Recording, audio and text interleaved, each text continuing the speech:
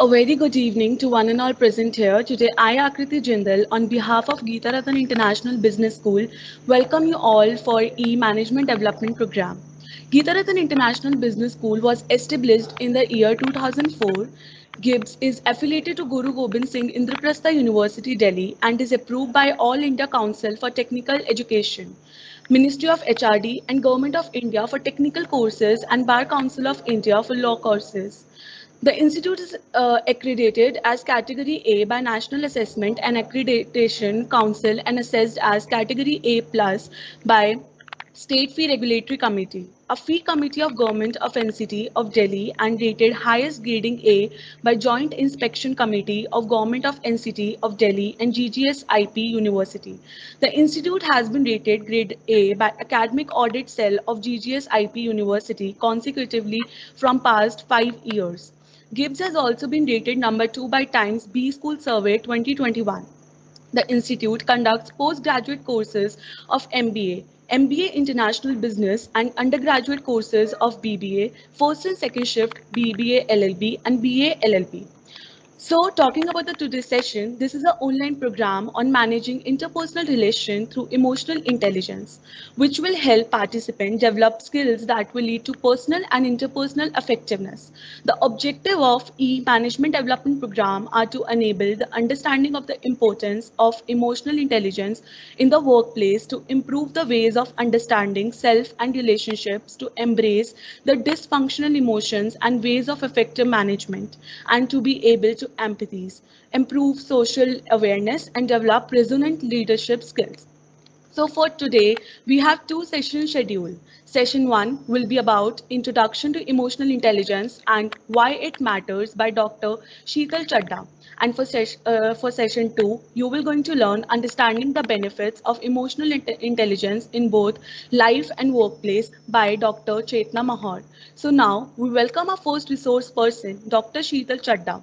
She holds 18 years of academic experience and 5 years of industrial experience. Also, she holds PhD from Faculty of Management Studies, University of Delhi, international certification from University of Exeter, United Kingdom. She is MBA Gold Medalist and MA in Public Administration.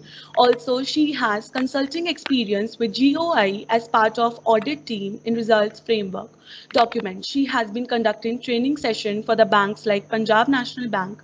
She has authored several research papers in the international and national journals. Also, she is the convener of IIC of GIBS and also NISP coordinator. We welcome you, ma'am. Let's start with our first session. Ma'am, now you can start presenting. Thank you so much. Thank you.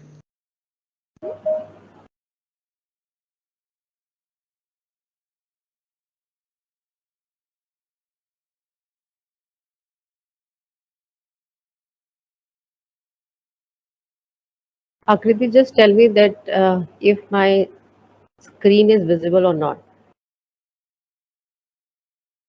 Yes, ma'am, it is visible. Is it visible in the slide sort in the full slideshow mode?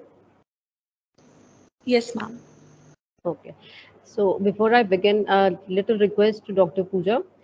Since I'm working on the full screen, kindly manage the participation because there are participants waiting in the lobby. So kindly admit them whenever there is a participants knocking at the lobby. Sure, ma'am. Right. Right. So thank you so much, and welcome to all the dear participants. And I have been given this topic to speak on emotions, and giving you a kind of an overview why emotional intelligence is required.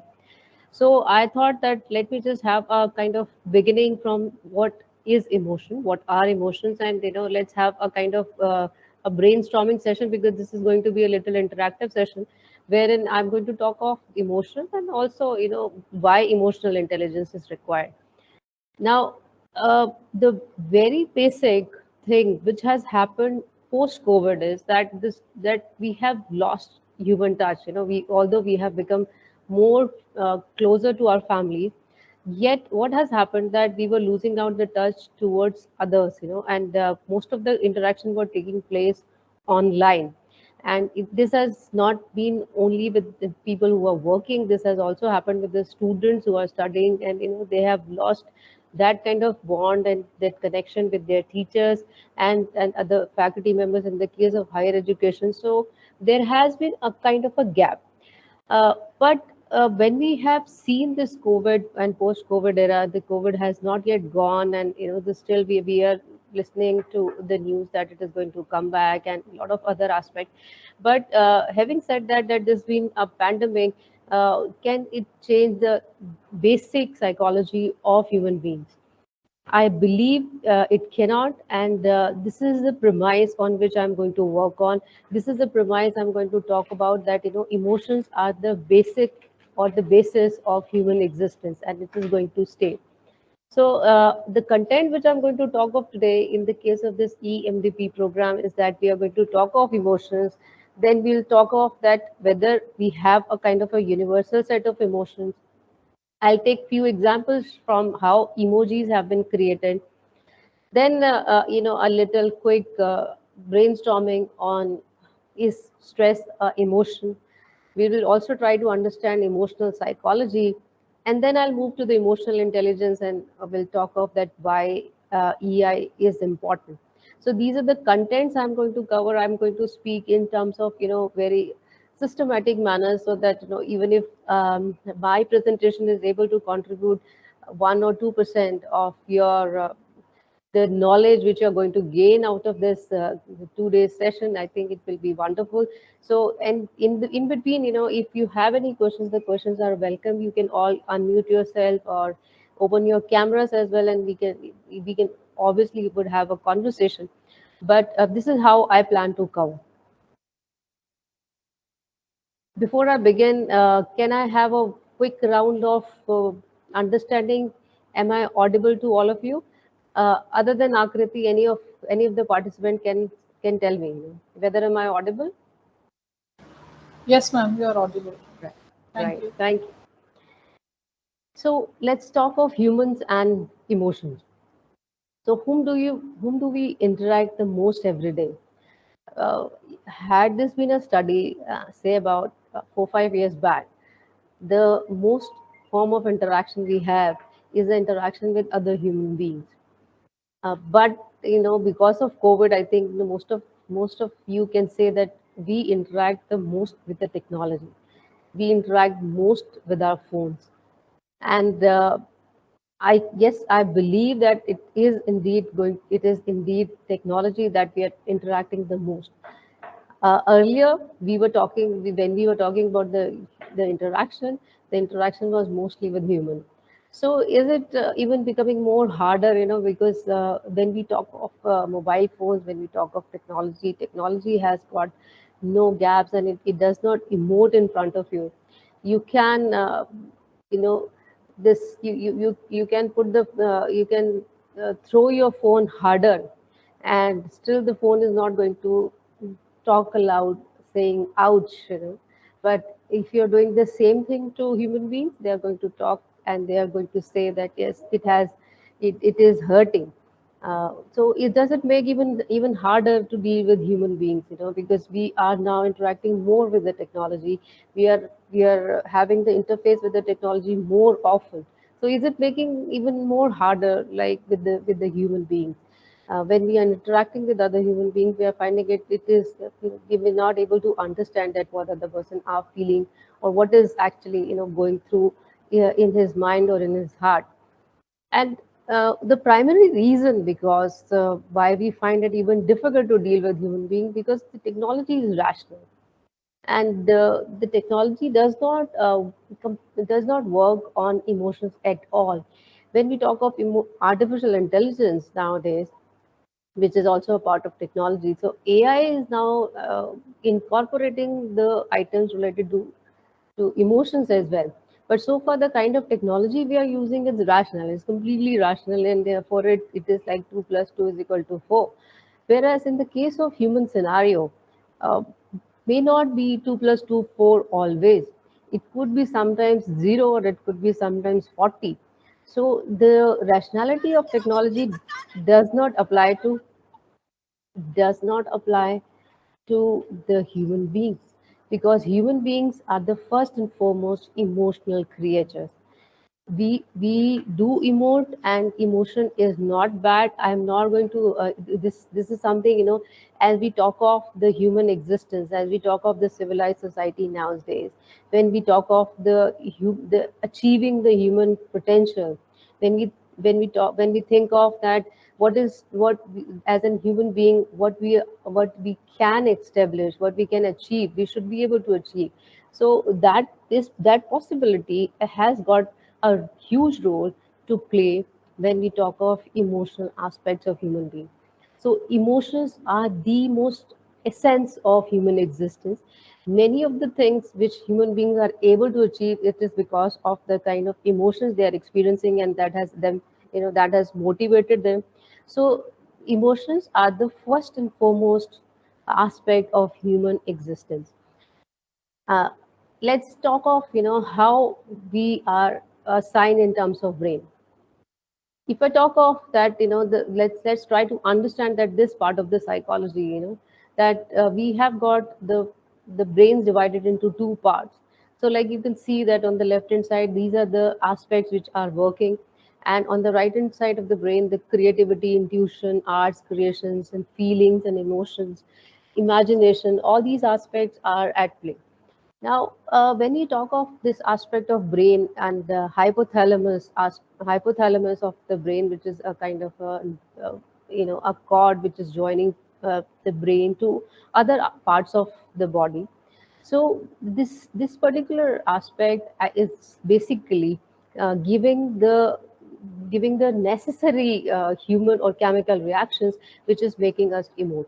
Now, and so what I'm trying to say through this two left and right brain is that it is that we do have a basis of emotion. We have a DNA for emotion, and how much emotional you would be, and how you're going to respond to what is your perception going to be. It's completely dependent upon DNA, and also about the conditioning aspect. And even if we look at the conditioning aspect, then how we get conditioned as a human being, we do get the reinforcement by emoting properly. If you are laughing at at a cremation ground, it is not something which is highly appreciated. What is highly appreciated is the right set of emotion at the right kind of place. So emotions are the essence and human existence.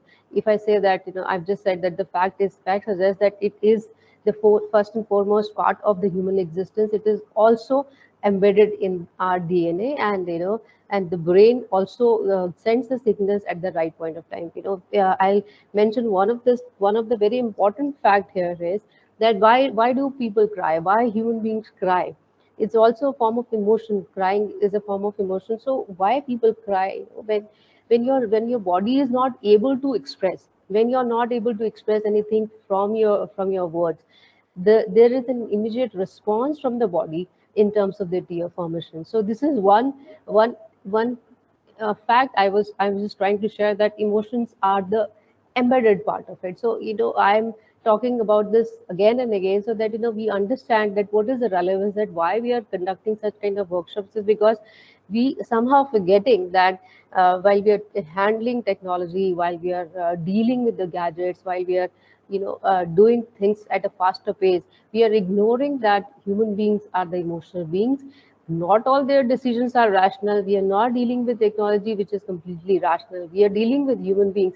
If you are pushing on to the right kind of emotions, they have got the potential of them can make them reach higher or scale greater heights.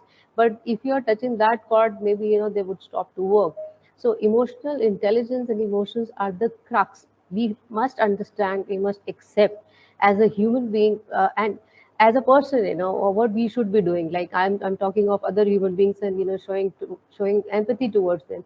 But at the same point of time, we must also accept that we also are emotional beings, and if exhibiting emotions, sorrow, crying, or happiness, showing happiness, it's absolutely fine. And because this is going to give a great input in the way our physical health is kept. So this is about the left and right brain. So I've just taken one picture that to show that what basic emotions we portray. This is just a picture. I'm not going to put a quiz here. Let's talk of a basic fact check of emotions, that there are 8 primary innate emotions. One of them is joy, acceptance, fear, surprise, sadness, disgust, anger, anticipation. These are the emotions which are the primary emotions, the primary innate emotions. Innate means that they are embedded in the biological. Ma'am,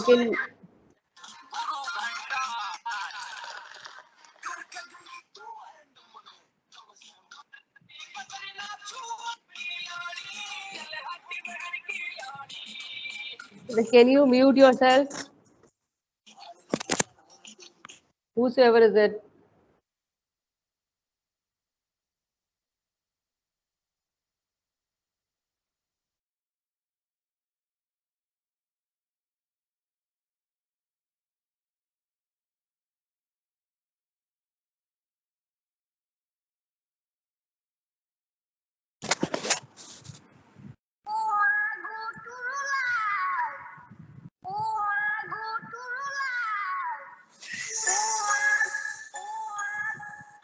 Oh, ma'am, we don't have any question.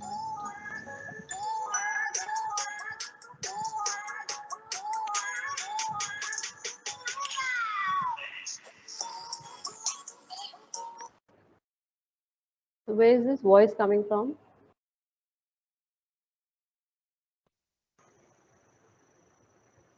Ma'am, this was from Akansha Gupta's. Akanksha.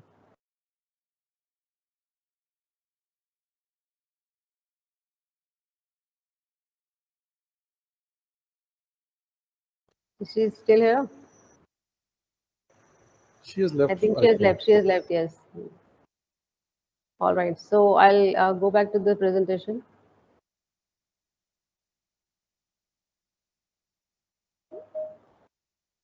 Is it visible? Not yet, ma'am. Okay, just give me a minute.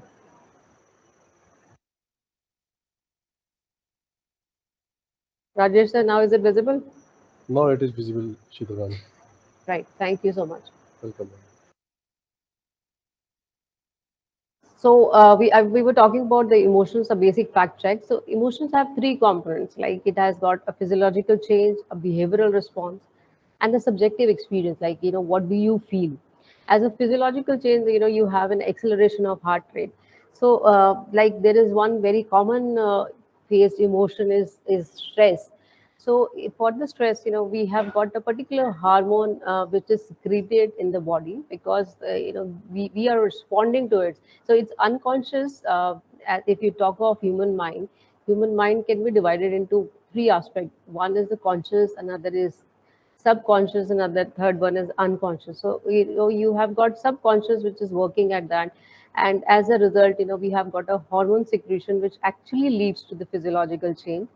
And so we have got a behavioral response. So because you have got a chemical reaction coming, actually moving inside your body, which leads to us to behave in a proper manner. And then we feel what we feel. Like we may feel angry, we may feel happy. You must have experienced, like at the occasions when you're specifically feeling angry, you must have experienced that your heart is racing, and your cheeks are getting red.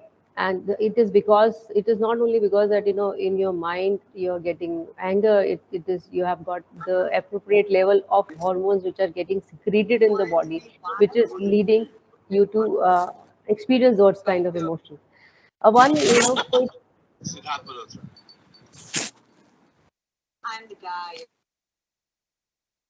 again there is a noise coming in. So what I'll do is that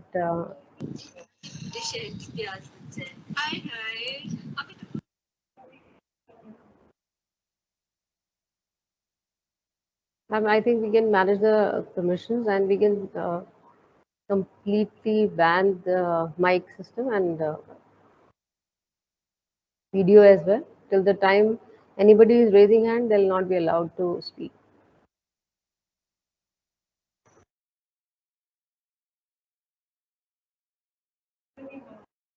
It's done.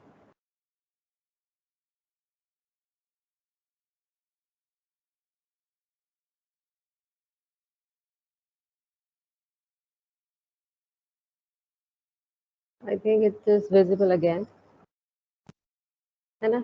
All right. So thank you. Now let's move to one quick check that how men and women experience the emotion. So because this I'm taking on this because most of the people say that women exhibit more of emotion. So there is a statistic behind, and there is also a scientific reason that both experience a similar amount of emotion, but women tend to show it more. So this is one emotion basic fact check. Now let's talk of emojis. Emojis is something which is now inbuilt in our communication, virtual communication, which we hold on mobile.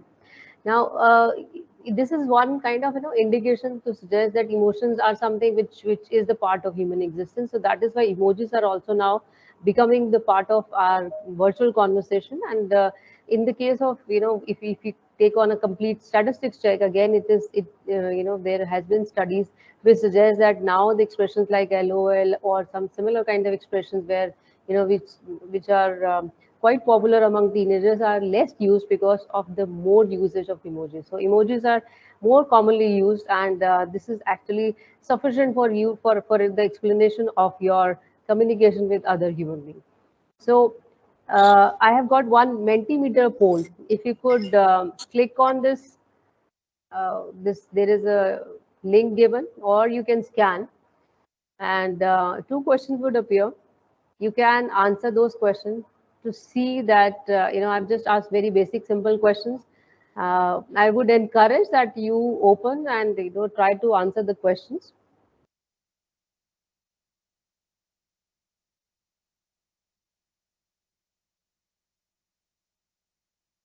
Try answering. This is in case you haven't seen anything of Mentimeter poll, so this is going to be an experience. Just try using the scan code, or you can use the link. Ma'am, could you please share the link in the chat box? It's not visible on the slide. Not yet, ma'am. Okay, so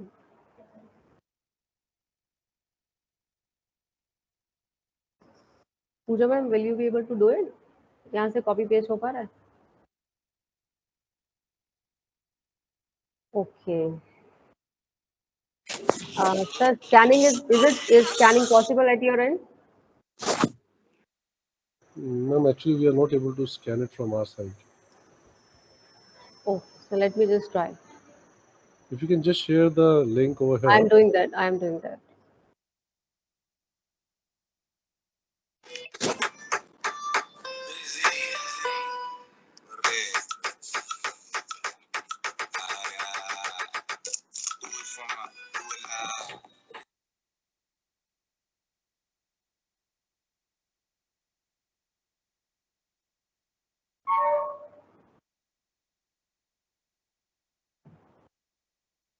So the link has been shared.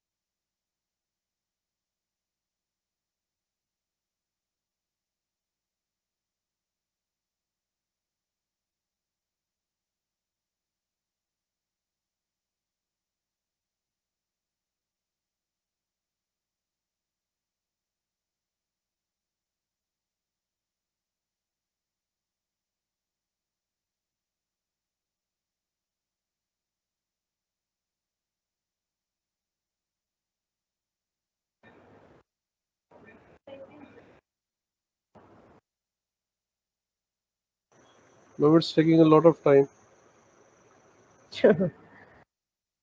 चलो ठीक है. I'll It's go. done, ma'am. It's done. Done. Okay. So I would send you the results later on. The both the results will show some amount of your understanding that what kind of emotions you feel, and do you feel emotions. So these were the two questions. All right, so let's go further, because I think there are students who are more interested in songs, and I think they are trying to incite some emotion, huh? Making us angry. Ma'am, Somehow, that was Raghav. Raghav is also not there now.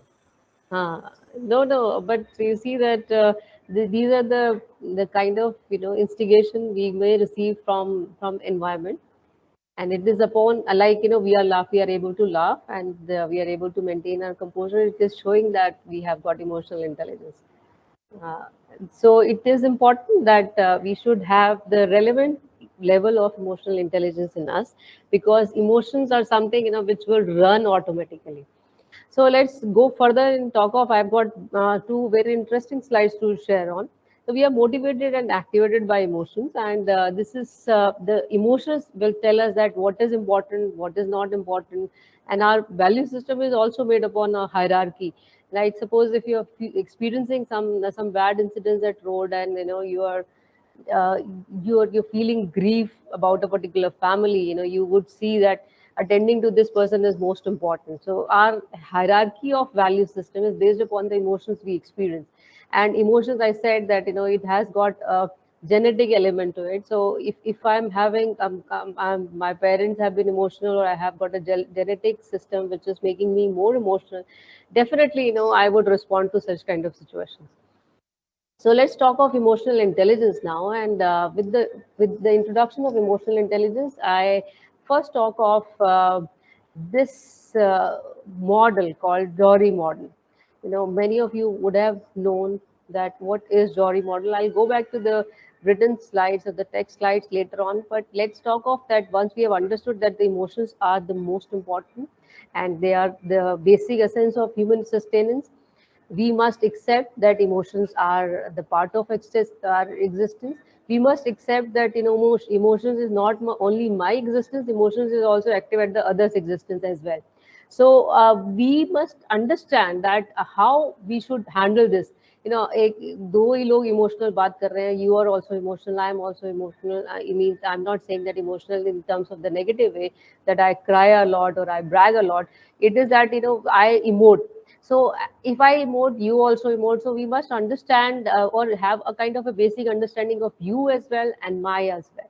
So I'll be now focusing on one of the technique, which makes us or make me as an individual more aware that what do I experience, or how do I emote or how do I behave.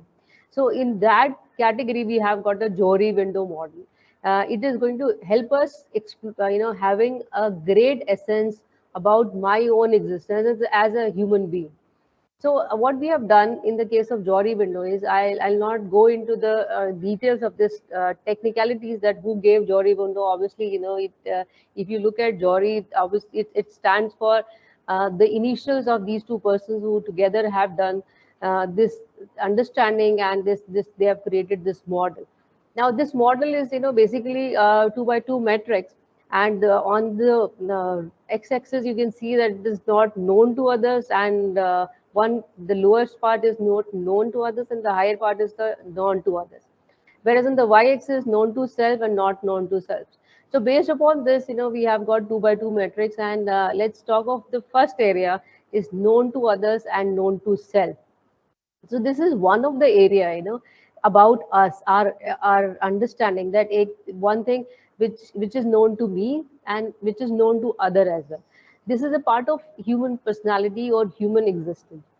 So one part which is known to me and known to others as well, it's called as an open area. Every person's personality has certain bit of an open area. They would have certain aspect which they believe they know themselves, and others also are familiar about you. So other than the physical characteristics of a person, few emotional characteristics that this is a person which is going to behave like this on certain kind of occasion, it becomes a kind of an open area.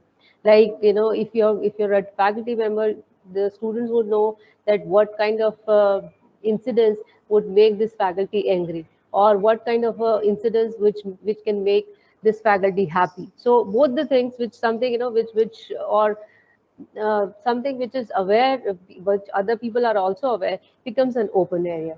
So ultimate of this window is that we need to increase on this open area. But what happens that we have got other aspects as well. So another aspect is that it is known to me, but it is not known to others. Something which is within me, a hidden area. Now, hidden area, it is important for me to understand that this is a part which actually as a person is known to me, but it's not to no, the others are not aware. I am aware, but not others are aware. So I am, deliberately keep, keeping it for a hiding. Uh, so that part of this called as a hidden area. Now, the other aspect is that something which is known to others but not known to me. So it becomes a blind spot. Something, I'm not familiar about myself. Many times, we may have takiya kalam, कुछ ना कुछ takiya kalam हम बना लेते हैं. वो takiya kalam, I am mostly, as a person would not know that I'm so frequently using. Many of the times they become the part of your habit so much that others get very quickly that they would have acknowledged it. But as a person, you are still oblivion. In oblivion, you are not aware unless and until somebody is making a mimicry of you. You would not come to know. Like, I'll recall the episodes of Kapil Sharma here. In the Kapil Sharma, he always tried to mimic Dharmendra ji because he has got a particular way of talking and walking and responding. So, and which is funny, and maybe, he is not deliberately doing it. And for that matter, Anil Kapoor is not deliberately doing it, but because they are doing it regularly, and it is now becoming a matter of joke to others. So it's a blind spot. They are not familiar now. After people have done their mimicry, so they know that this is what they are doing on a regular basis. So this becomes a blind spot, not known to self but known to others. Now, there is another part, unknown, which is not known to me and not known to others. So, other than that, you have got, everybody has the potentials. So most potentials are sometimes unknown. Maybe you have got the aptitude of rising very high in your life, or maybe reaching at the very the biggest heights any human being can think of. So, but you have not realized your potential. It could be that you are really Hanumanji and you do not know that you have the capacity of having that mountain on your shoulders. So this is an unknown area where you are not familiar, and others are also not familiar. Unless and until somebody is able to recognize it, it remains unknown. It could be potential, and it could be some bad habits. Maybe you are oblivion to. Now, why I'm talking of this Jore window, I think, the four quadrants, I think everybody now is clear. You have got open area, you have got blind spot, you've got hidden area. So, why am I talking about this is because the emotions, when we know, as a person we emote, it is also important that we need to keep them in check, because we have seen that people who are reaching to the top heights, or the people who are reaching to the biggest uh, the biggest successes, they have got some things in check. For example, you talk of Prime Minister Modi, and look at him. He's at such age, able to match with the fitness level of you know Virat Kohli as well. And so you see that the kind of age difference. And if you if you talk to somebody at his age, you would they would tell that by aging it happens that these would start to speak slow, or maybe their hearing power is going for a toss, or maybe they are not able to walk. So there are a lot of things, they would tell that these are the things which are associated with age. But there are people who have experiencing, and they have been able to defeat age as well. So how come they are able to defeat, why the process of aging is so slow? It is because that they are very intelligent, and then they have been very proactive towards the maintenance of their physical health. So similarly, if we are able to take care of our emotional health, we would be able to deal with it in a proper manner. And now if I go back, I'll talk of that emotional intelligence. They drive us both. They lead to us both consciously and unconsciously. And this is very important because some of the nature's mystery, human nature's mystery, is through the emotions only. So if I'm able to control the emotions, I'll be able to live a better and healthy life, because the health is also associated with emotion, because emotions like experiencing rage or experiencing anger.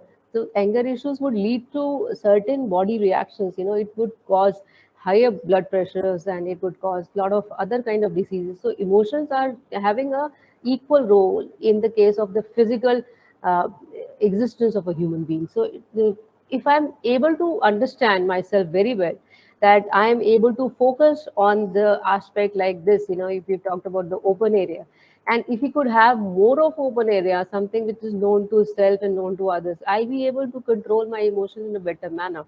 So the ideal thing for human beings is that they should try to bring down this blind spot to the minimum, and also the unknown aspect should also be need to be brought down, so that we can increase on this open area, so that the things becomes more clearer.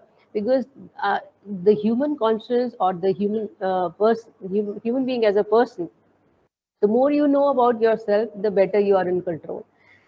So that on that philosophy, this Jory window is working. That it is also a kind of a communication model, but communication is also, the way I communicate absolutely based upon the kind of emotions I experience.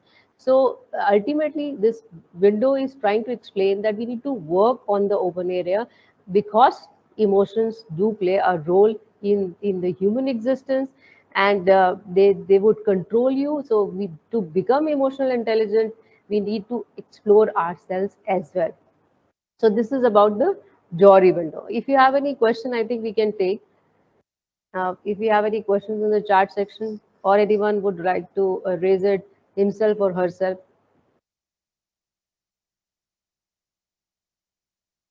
So I think I'm clear so far. Can anyone tell that was it clear, or you want any further input on this?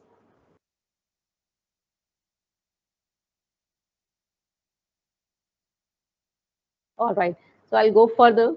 Uh, let's talk of emotional intelligence as a particular aspect which has been given by Daniel Goleman.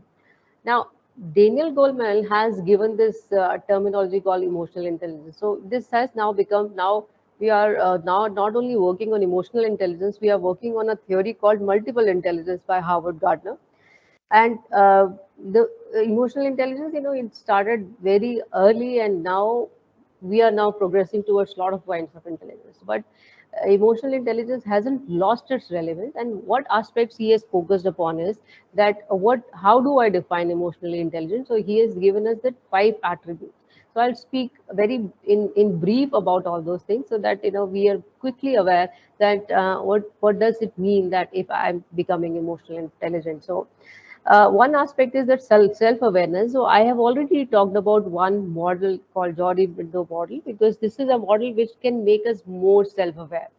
And if I work on more open area, the people will find it very easy to communicate with us, and people are able to understand our emotions. And similarly, this way, we will also be able to understand the others, because we know that how we respond. So this we are able to understand and manage.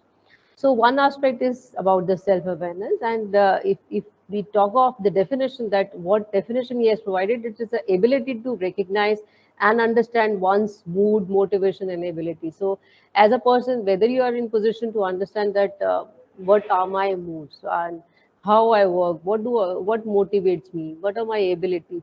So that aspect is called as self-awareness.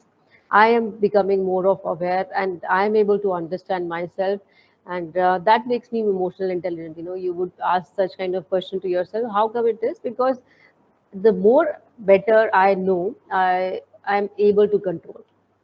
The next aspect is about the self-regulation. So having understood about ourselves, the next aspect is that you need to regulate yourself. You need to control your impulses. Like, we have seen that impulsive buying behavior. So there's impulsive buying behavior, like we have got chocolates, candies, and something, which we have got, which has got a lot of sugar elements, or the other elements which is common to human urges for the humans urges for consumption. So mostly these are the sugar based elements. So the impulses, if I'm able to control my impulses there, I'm able to balance myself.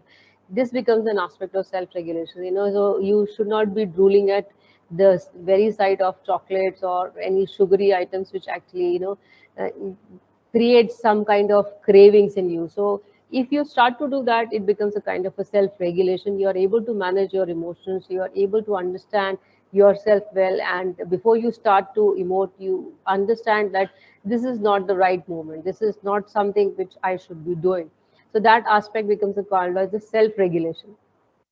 So next is that motivation. Self-regulation, self-awareness can only come if you have got a motivation to do something. Motivation is that the capacity that you want to do something for yourself. You want to bring out the change. You want to do.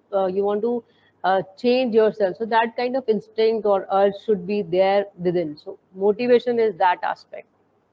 Now, where is it motivation coming from? Why do we have motivation? It is because everybody should have the focus on improvement in the self. They should always have that kind of urge that I want to improve myself. I want to create some kind of changes in myself and do something as so that I can become a better individual. So that becomes an aspect of motivation. Now, next is empathy. This is most important because when you talk of emotional intelligence, it's not only about handling my emotions, it's also the ability of putting yourself into the other shoes and understanding that what do they want. So understanding the other person's emotions, reactions, can only be achieved if I have the self-awareness. So you only must be able to understand that what others are looking at, how do they feel. Getting into their shoes, getting into their psyche is an example of empathy. We are able to understand that why what person is going through. It's not that we must be becoming sad when we are looking at a sad individual all the time, but we are able to understand that what is the kind of right emotion that other person is exhibiting, and what should be our response. So that's called an empathy. And then the most important aspect of the emotional intelligence is the social skills. How you are able to deal with the likes of jokes, sarcasm, main, the how you are able to maintain your friendships and your relationships. Do you have that kind of emotional maturity wherein you are able to keep up with the other person's emotions as well, at the same point of time keeping your emotions into check, exhibiting some kind of sensible conversation, and having the good communication skills is an aspect of the social skills. So this is the basis of our the 2 days MDP. We are trying to help people that how they can actually improve upon their interpersonal skills with the help of emotional intelligence. So with this, I think this is the last part of my slide. So I'll just try to conclude. What I was trying to say here is that 2 3 points I've just been reiterating throughout my presentation, and they were that we must, as a human being, accept that we are emotional. We must understand that emotions are not something which I should be ashamed of, because this is a part of my biology. This is a part of my hereditary structure. And but at the same point of time, when we are talking of human beings, other human beings, we must know that how to keep my emotions into check, so that I can be called as an emotionally intelligent person, because that the successes are largely attributed to the people who are intelligent, not necessarily always emotional intelligence, but yes, emotional intelligence do play a very important role in the success and in the way the person actually carries themselves. And also that the physical health and the psychological health of a human being is completely dependent upon that how emotionally intelligent you are. So with this, I think that I have just done justice to the topic given to me. And if you have any questions, you are most welcome to ask. But from my side, it is thank you.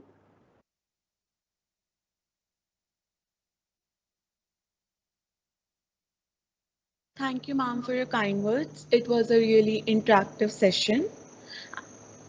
So now I would like to welcome our director, sir, for today's session.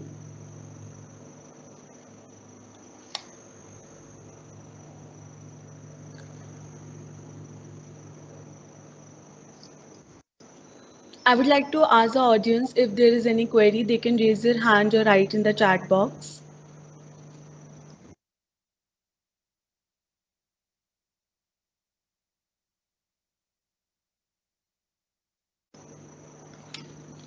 Okay, so now we welcome the second resource person, Dr. Chetna Mahur. She is an associate professor in GIBS, has a rich teaching experience of 13 years.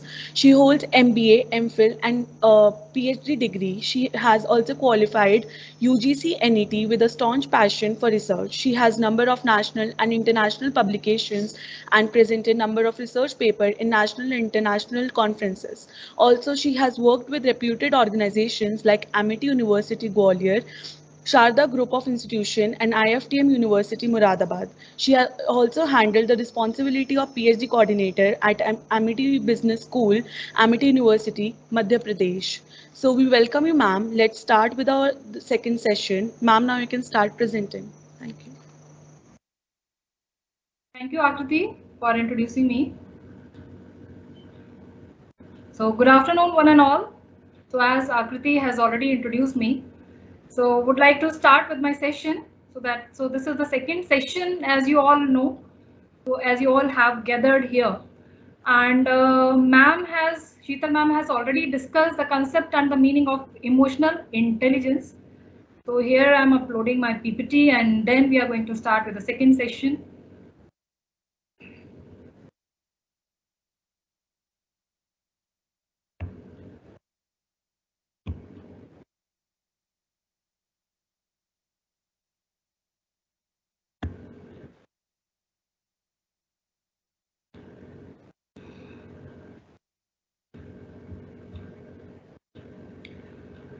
So is the PPT visible to all?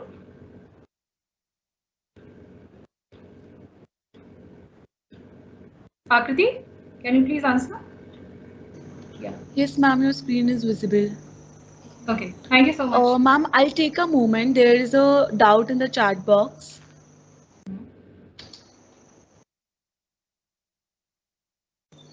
Sheetal ma'am, I request you to. How can we cope up with the emotional stress of students in the current stressful post-COVID area? Yes. So thank you so much, Rajesh sir, for the question. And the first thing that you can help them in making them cope up with the emotional stress is first step is already taken, that you have understood that there is an emotional stress which is going on, and emotional stress can be easily solved by human interaction, by more of human interaction, by giving them that input that yes, somebody is there to listen to them. So the stress is, very, very temporary part of human emotion, and it's not that something which I'm going to experience for a longer period of time. Uh, if if at that point of time a person is given that kind of feeling that somebody is listening, or my voices are heard, so stress gets released, and then probably we can address to the real issues. So the stress is basically because of some kind of reason, we can, and because of the stress we are overlooking the real problem. So what I would suggest is that you first listen, and just give that kind of feeling that yes, somebody is listening and somebody is hand holding.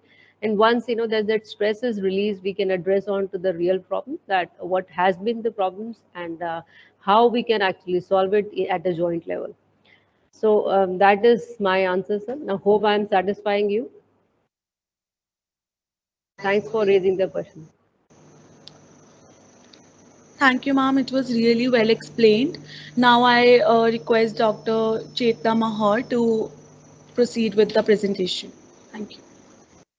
Yes, thank you, Sheetal ma'am, and thank you, Akriti, and for giving me the opportunity to speak on such a good topic. So that is emotional intelligence. So emotional intelligence, as Sheetal ma'am has already explained the meaning and the concept of the emotional intelligence. So now that I would like to go with the implications. So that is the significance of the emotional intelligence in our life at the workplace. So emotional intelligence, as you all have understood, so in nutshell, I would like to discuss a little bit. So emotional intelligence is what? Emotional intelligence is that how well you are able to manage your emotions, how well you are able to handle your emotions, because we all have emotions, because being a human being, we all understand that we all have emotions. So definitely this is the most important characteristic of a human being, to have emotions. But at the same time, it is important for all of us to handle these emotions wisely. How well we are able to do that. So this is emotional intelligence. So this is, I mean, as far as emotional intelligence is concerned, this is equally important for all of us. So be it in our personal life or if it is a workplace.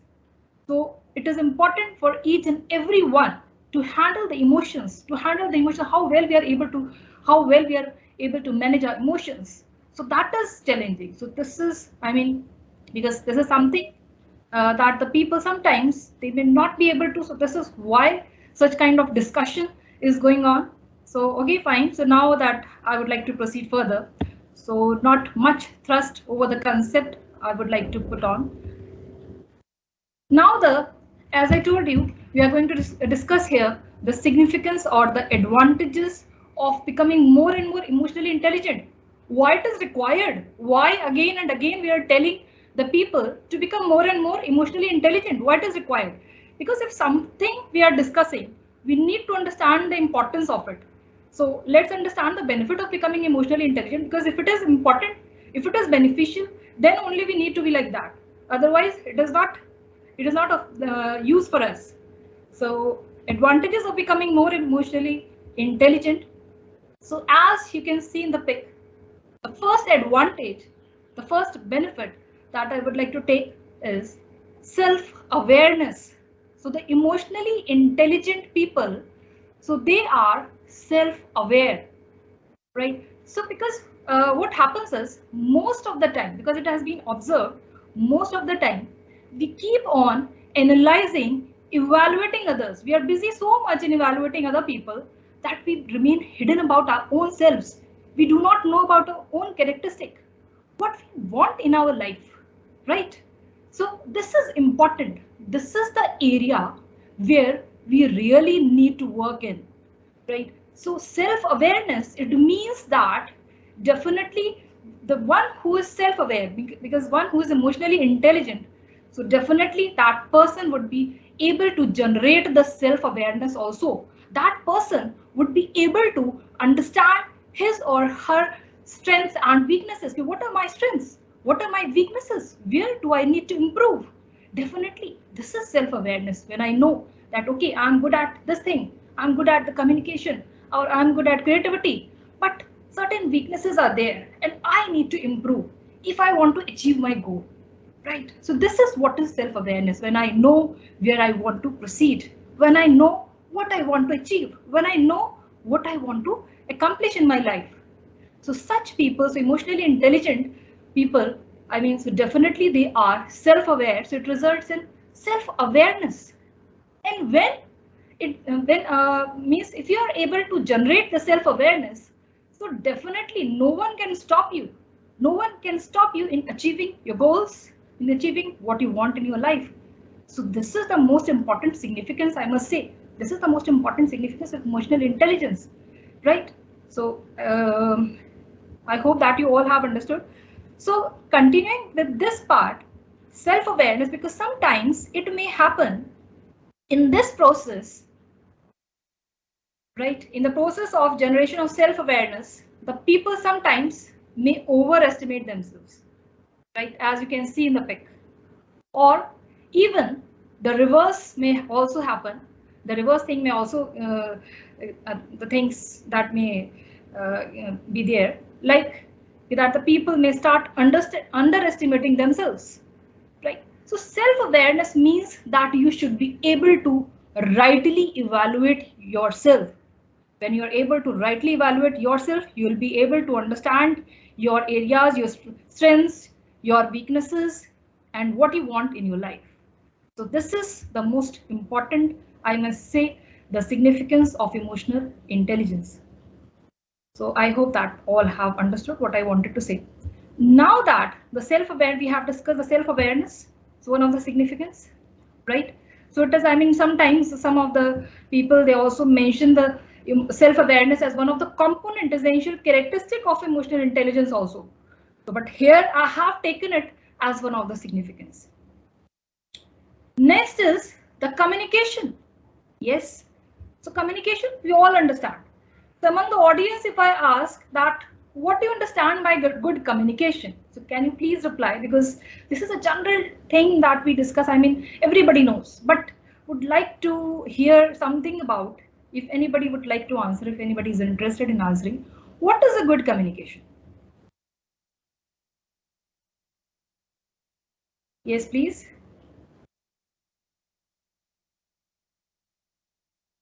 Yes, anybody from the audience, anyone from the audience, if you would like. So when we say good communication, so good communication is what? Good communication always results in understanding by others. So if the other people, if they are able to understand me, what I want to communicate, what I want to say, right? If you are able to understand my thoughts, my opinions, so that means that it is a good communication, right? So this is good communication. But here the communication within the organization, what kind of communication? So not only within the organization, but even in our personal lives also. This is very much required. So it is basically along with the good communication, right? Along with the effective communication, how respectfully we are able to communicate with others, right? So this is equally very important, because when we are discussing emotional intelligence, so definitely how respectfully we are able to communicate with others. Yes, this is the area that we need to work in. This is what we need to do, because most of the time this has been observed in organization, that okay, so the people, they focus more and more towards effective communication, so rightly expressing the views, the ideas, on maintaining the softwares for the information system and everything. But they I mean, forget this aspect, that is to respectfully communicate with others. Now that, what is the need of it, right? So the questions definitely may arise, that what is the need of respectfully communicating with others? Because nowadays, because as you understand, we have a very competitive environment, and definitely in this competitive environment, we need to establish good relations, right? So the corporate industry that works on good relations. So how we are able to establish good relations? When we are able to speak, when we are able to communicate with others respectfully. So this is something that is very much required, because if we are able to do that, then definitely we would be able to influence others, right? Because influencing others, that is not a cup of tea for all. And if it is the characteristic of us, and definitely we need to learn it, right? And so this is how that we would be able to influence the behavior of others, and that will show the leadership characteristic of us. So I hope that you all have understood the effective communication, along with, because I have blended it with the emotional intelligence, because this is one of the significance of because those who are emotionally intelligent people, they know that how effectively they have to communicate, how respectfully they need to speak to others, because they have to build good relations with others. Now the next significance is, yes, so definitely, because although I have associated the good communication, the effective communication, I have associated the self-awareness, right? Both the points with the effective leadership. This is what you have to do, because we all want to excel in our life. So if you're working in academics, if you're working in corporate, if you're working in other organizations, so definitely some or the other day, I mean, you want to become a leader in what you are doing, right? So what is leadership? After all, so what is leadership? So definitely we need to understand the meaning of it. So leadership, as I have just said when I was discussing the communication part, so leadership is when we are able to influence others.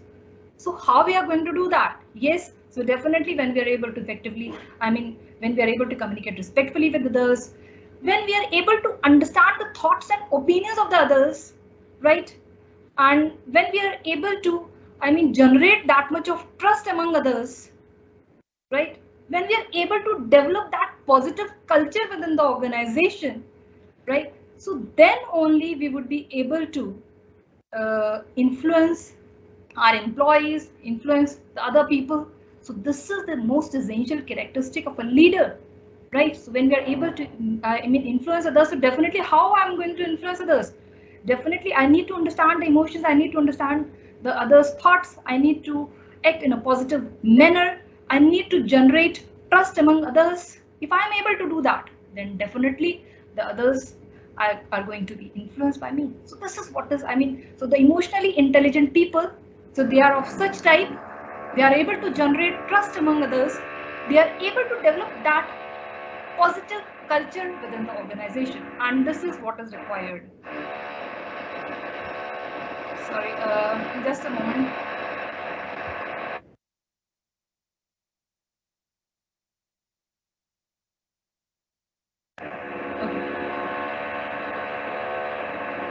So I hope that it is clear. Now that we'll move on to the next point, and that is change management. So yes, so this is also one of the significance that I'm going to talk. So what is change? What is change management? So organizational change, as we all are aware of. Sorry, just a moment.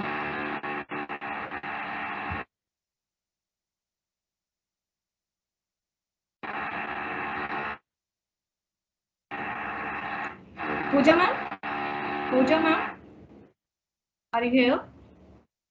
Akriti? Yes, ma'am. Okay, fine. So there was a little disturbance in between. Now it is okay. Yes, ma'am. Now it's okay. Yeah, fine. So now I'll continue with the next.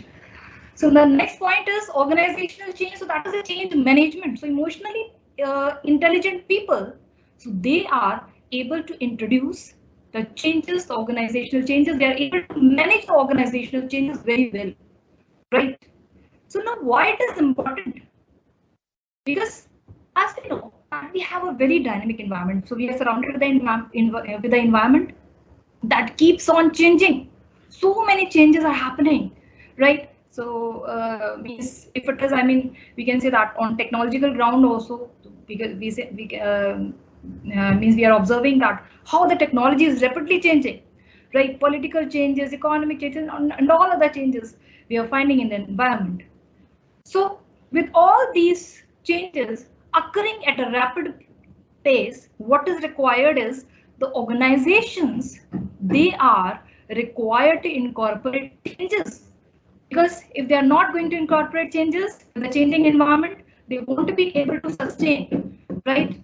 So now this has become the need of the day to introduce changes. So now how it is affecting the employees. So now why I'm discussing this?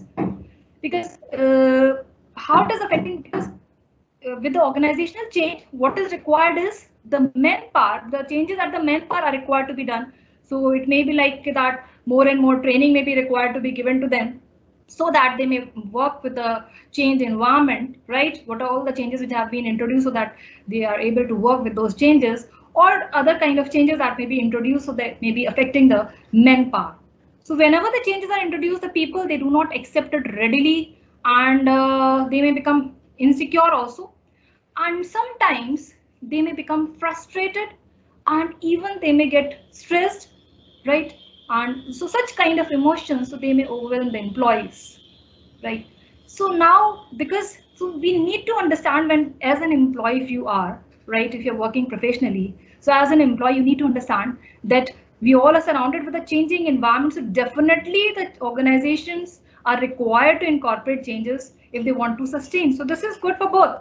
So this is good for the organizations, so definitely in long term, and as well as for the employees also, right? So emotionally intelligent people, so they are able to deal with the challenges, and they are always ready. Okay, fine, if we are working in such an environment, so definitely the changes are going to come up, and we have to work in this way only, right?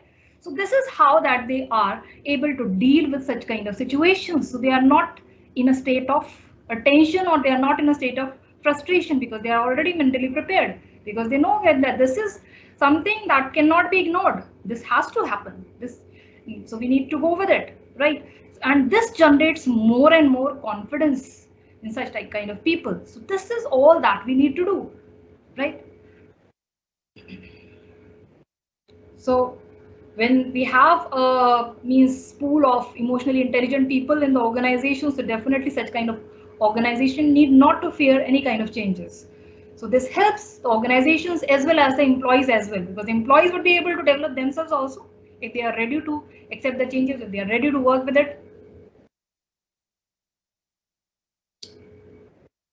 Now the next is teamwork.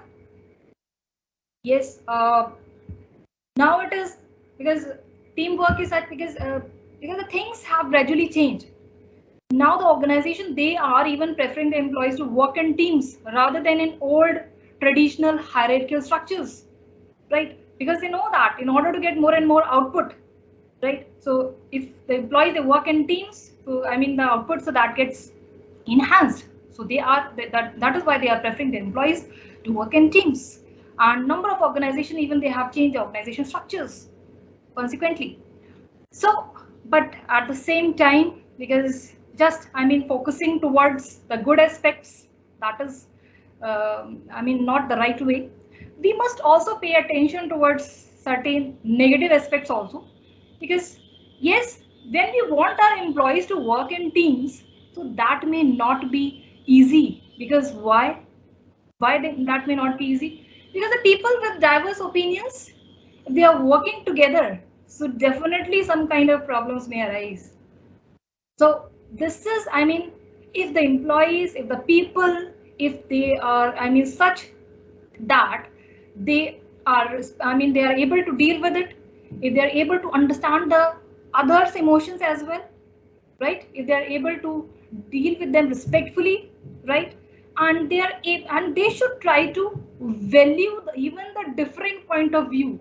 Okay, if we are different in this point of view, so then definitely how well we can utilize this thing also, if they are of such kind of nature, then definitely this concept, the teamwork, that can work very effectively in the organization, right? So for this purpose, in order to introduce such kind of structure, we need emotionally intelligent people. The organization, they must have the emotionally intelligent people, right? So those who are emotionally intelligent, so they do not motivate, they do not, manipulate themselves, right? So they try to work in such a way so as to contribute towards a solution, right? So this is how that the things may work and may contribute for the development and growth of the people who are working in such a way, and consequently to the organizations as well.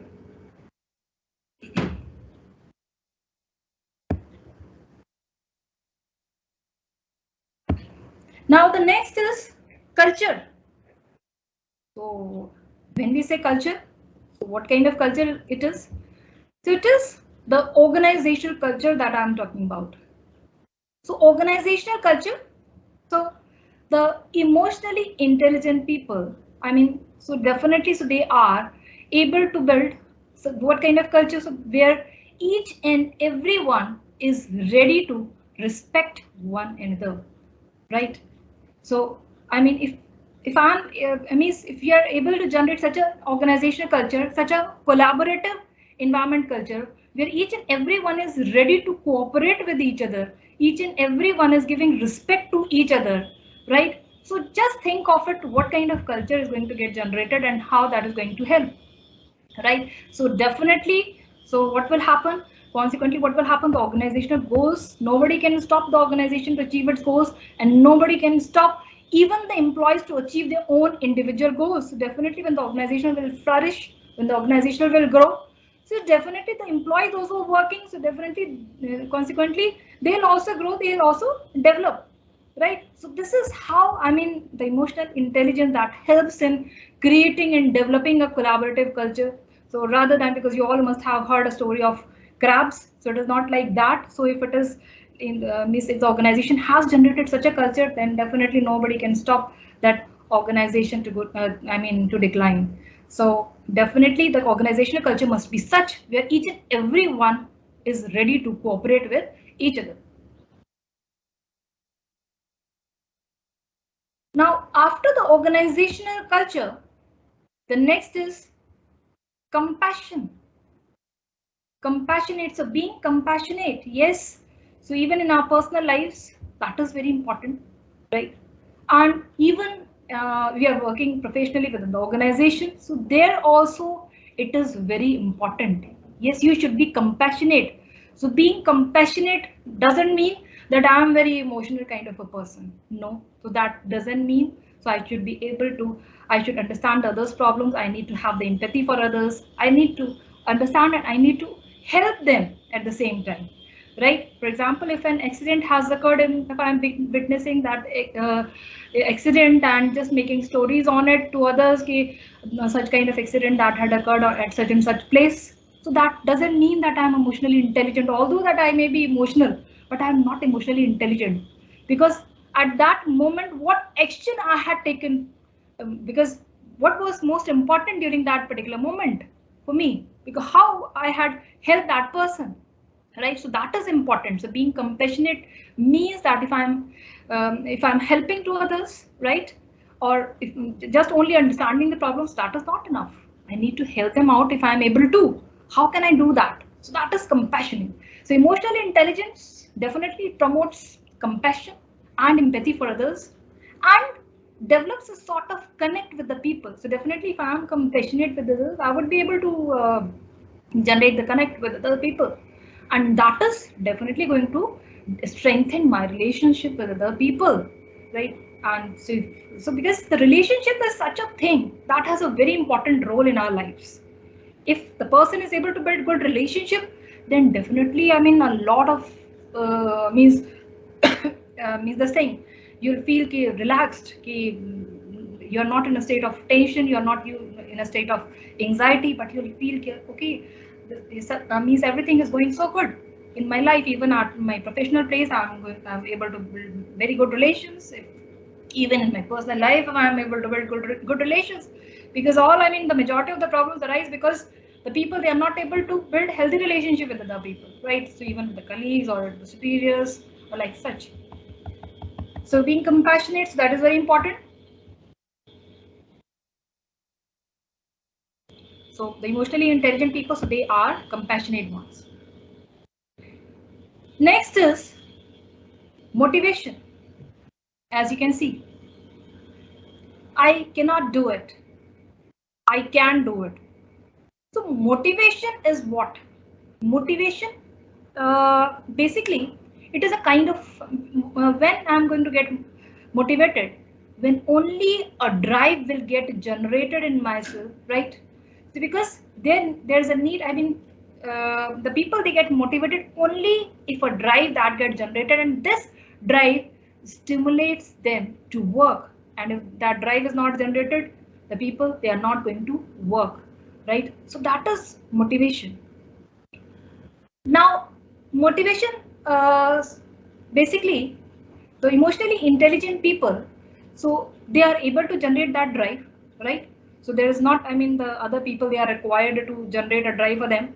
So they are self-motivated people, right? Because they know that what they have to do, what they have to achieve in their life. So that is why they are so much successful in their lives, right? Because the external factors, so they are not required much in order to motivate them, right? Because they know what is good for them, and they keep on making efforts in that direction, in those directions. So they are very hardworking people. So emotionally intelligent people, they are very hardworking people. They are very focused, right? So this is because without motivation, because if you are not motivated, so definitely, as it may happen with the students, also it may happen with the employees also, if they are not motivated at their jobs, so definitely they prefer other, I mean, not to work, or they may become, they may be in a state of compliance to what all the instructions are being given. So there's a difference between being compliance, being in a state of a compliance, or being in a state of commitment. Okay. So because compliance, as you know, if that just whatever the instructions are given to me, right, as an employee, I'm following that. So that means that I'm in a state of compliance. Commitment, when I'm very much enthusiastic towards what is being given to me, right? So that is my commitment. Fine. So now you can judge what is important. So compliance or commitment, right? So when you are motivated, so definitely it may generate lots and lots of commitment towards your work. You may get more and more enthusiastic because you know that you have to achieve, you have to do it with all your full energy. You'll be doing in this direction. So important. So emotionally intelligent people, they are such kind of motivated people they are, right? So this is what is required, and this is why they are so much successful. So they are not, I mean, of such kind of, okay, such kind of work is being given to me, I'll do it later on, okay, not today, I'll do it tomorrow. Fine. So they are not such kind of people. So they know, okay, fine, so such kind of deadline is being given to me, I have to do it with all my full energy, and I'll do it in the best way. So I hope that is clear to everyone.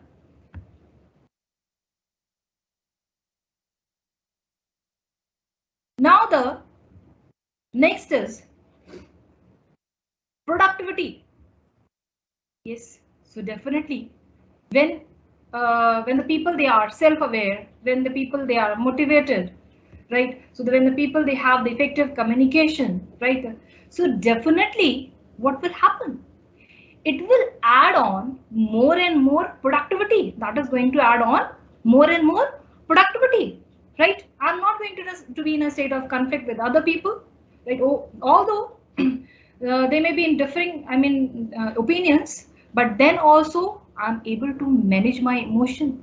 I'm not going to be in a state of conflict with the other people, right? Or if they are, sometimes if I find that some other people, they may be in higher or loud emotions, which may not be that much pleasant to me, right? But then also I would be able to manage it wisely because I know, right? So this is, so if the person, if the people, if they are able to, I mean, handle the things in such a way, so definitely that is going to add on more and more productivity, right? Because if within the organization, if there are more and more conflicts, if there are more and more disputes, if they are happening, so definitely you can think of what may happen to productivity. So that is going to add on the individual's own productivity as well as to the organization as a whole. Fine. So whatever I'm doing, so I'll be able to add on more and more productivity to that. See, even as a student, so even, I mean, not only for the professionals, even for the students also, right? So emotionally intelligent they are, so they'll be more and more focused. They'll not means overwhelmed by the thoughts like what other people they had said to them, or means, or if some kind of dispute had occurred in the past, so they may not be thinking about those disputes only, right? So they would be able to come out of it. So this is how that they would be able to add on more and more productivity, right? So this is what is such kind of behaviors that is required.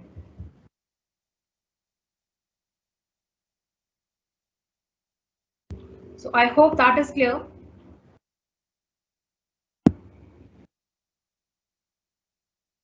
Now that the next is leadership.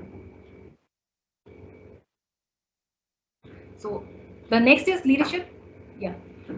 So leadership, basically, as I had discussed with you. No, it is not. Sorry, just a moment. No, it should be, yeah, leadership. Although I had covered. So this need to be relationships. Yes.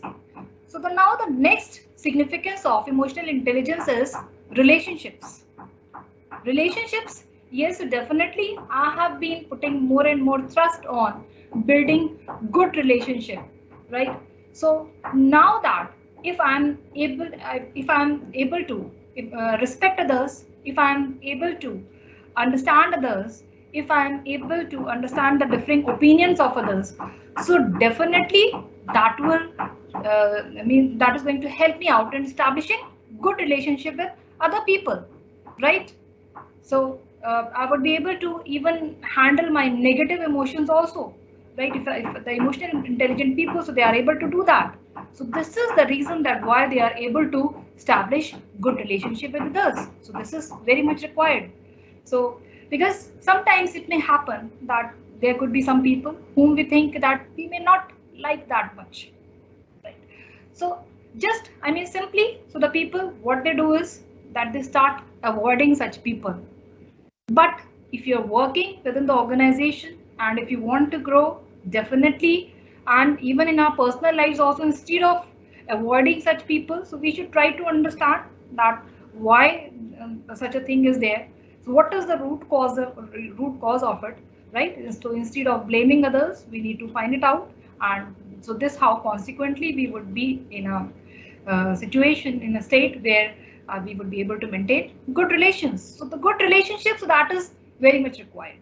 So I mean, so emotionally intelligent people, so they are able to do that. So this is why that I have included the relationship as one of the most, I mean, means the most important significance of emotional intelligence.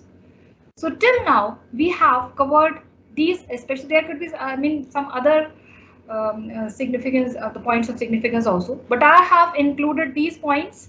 So till now that we have covered the first, I mean, that was the self-awareness that we have discussed, right? And then we have discussed the communication, that is the effective communication, so how much that is important.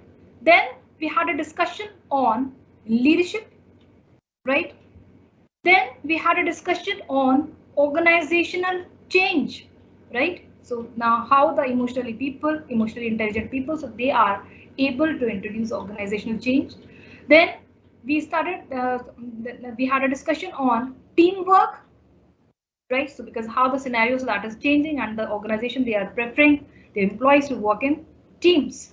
Then we had a discussion on culture, organizational culture, then the compassion, then the motivation, then the productivity. So these, and then the relationship. So these are all the significant points of significance of emotional intelligence. So this is why that the means the emotional intelligence that is required. So just simply being emotional, that is not important, but how well you are able to manage your emotions, so that is important. So simply as I gave you an example of an accident, so this is how that you need to work. Now that generally what happens is, because I'm going to conclude the session, so what happens is that number of people, they often complain after reaching to a certain level, after reaching to a certain position, they ask that why they are not able to reach to those leadership position, because everyone want to excel in their lives, everybody want to excel, but sometimes after reaching to a certain point we find that there is a stagnancy, we are not able to reach to much higher positions that we want. So why such kind of things that happen? What happens is that in organizations, generally, when you reach to those higher positions, so it is being presumed by the management that whatever that is being given to you, you are good at those, you are good at your given job, right? Whatever the technical skills are required, you are definitely wonderful in doing that, right? Whatever the other skills that are required, you are able to do that very skillfully. But then too, what is required? What is missing? Why the people, they are not able to grow after reaching to that point? The question arises. So do you know? There could be some other factors also. I'm not telling you that this is going to be the only factor, but this is the most important factor that I'm going to discuss with you. Do you know?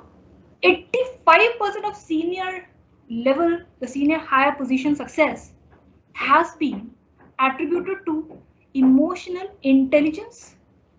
Yes, what is missing is that is emotional intelligence. Although we have all the technical skills, although we have all the good things which are required in order to perform a job successfully, but then too, what is missing is that the emotional intelligence which may be hindering the way. So definitely, so here you need to work on. So why emotional intelligence? Now the question will come up. Why the emotional intelligence only, right? Because what happens is at very senior level positions, what is required is when you reach at that position, what is required it, and what the management want to see means in their employees is the ability to collaborate, how well you are able to collaborate with others. Okay, how well you are able to build good relationship with others, right? So if you, although because number of times I have seen number of people, they complain about such kind of aspect. that they are not getting growth after reaching to that level. So this is the area that you need to work in, because in management they want to see the people, those who can collaborate with others, they want those who can build good relationship with others, those who are more and more understanding, those who can work with teams, those who can work as a leader, because management is to getting done through and with the help of others. So how effectively you would be able to do? So when you be able to collaborate with others, then only. So this is the area. So if somebody among the audience, if you are finding such a thing, so then definitely this is the area that you need to work in. So do not underestimate your skills, do not underestimate your such areas that you are lacking or something that is not good in your personality. Everything is good, just you need to focus on this thing, and definitely you'll find a change in your career, and your career will be out of bloom. So intelligent people are those. And one more thing, because as I'm discussing with you, the emotional intelligence is regulating your emotions. That is very important, because sometimes it may happen. That may be situational also, right? It may be circumstantial also. It may happen that we may lose our temper, right? Because we may find if some unpleasant things is going on, or we are not liking that.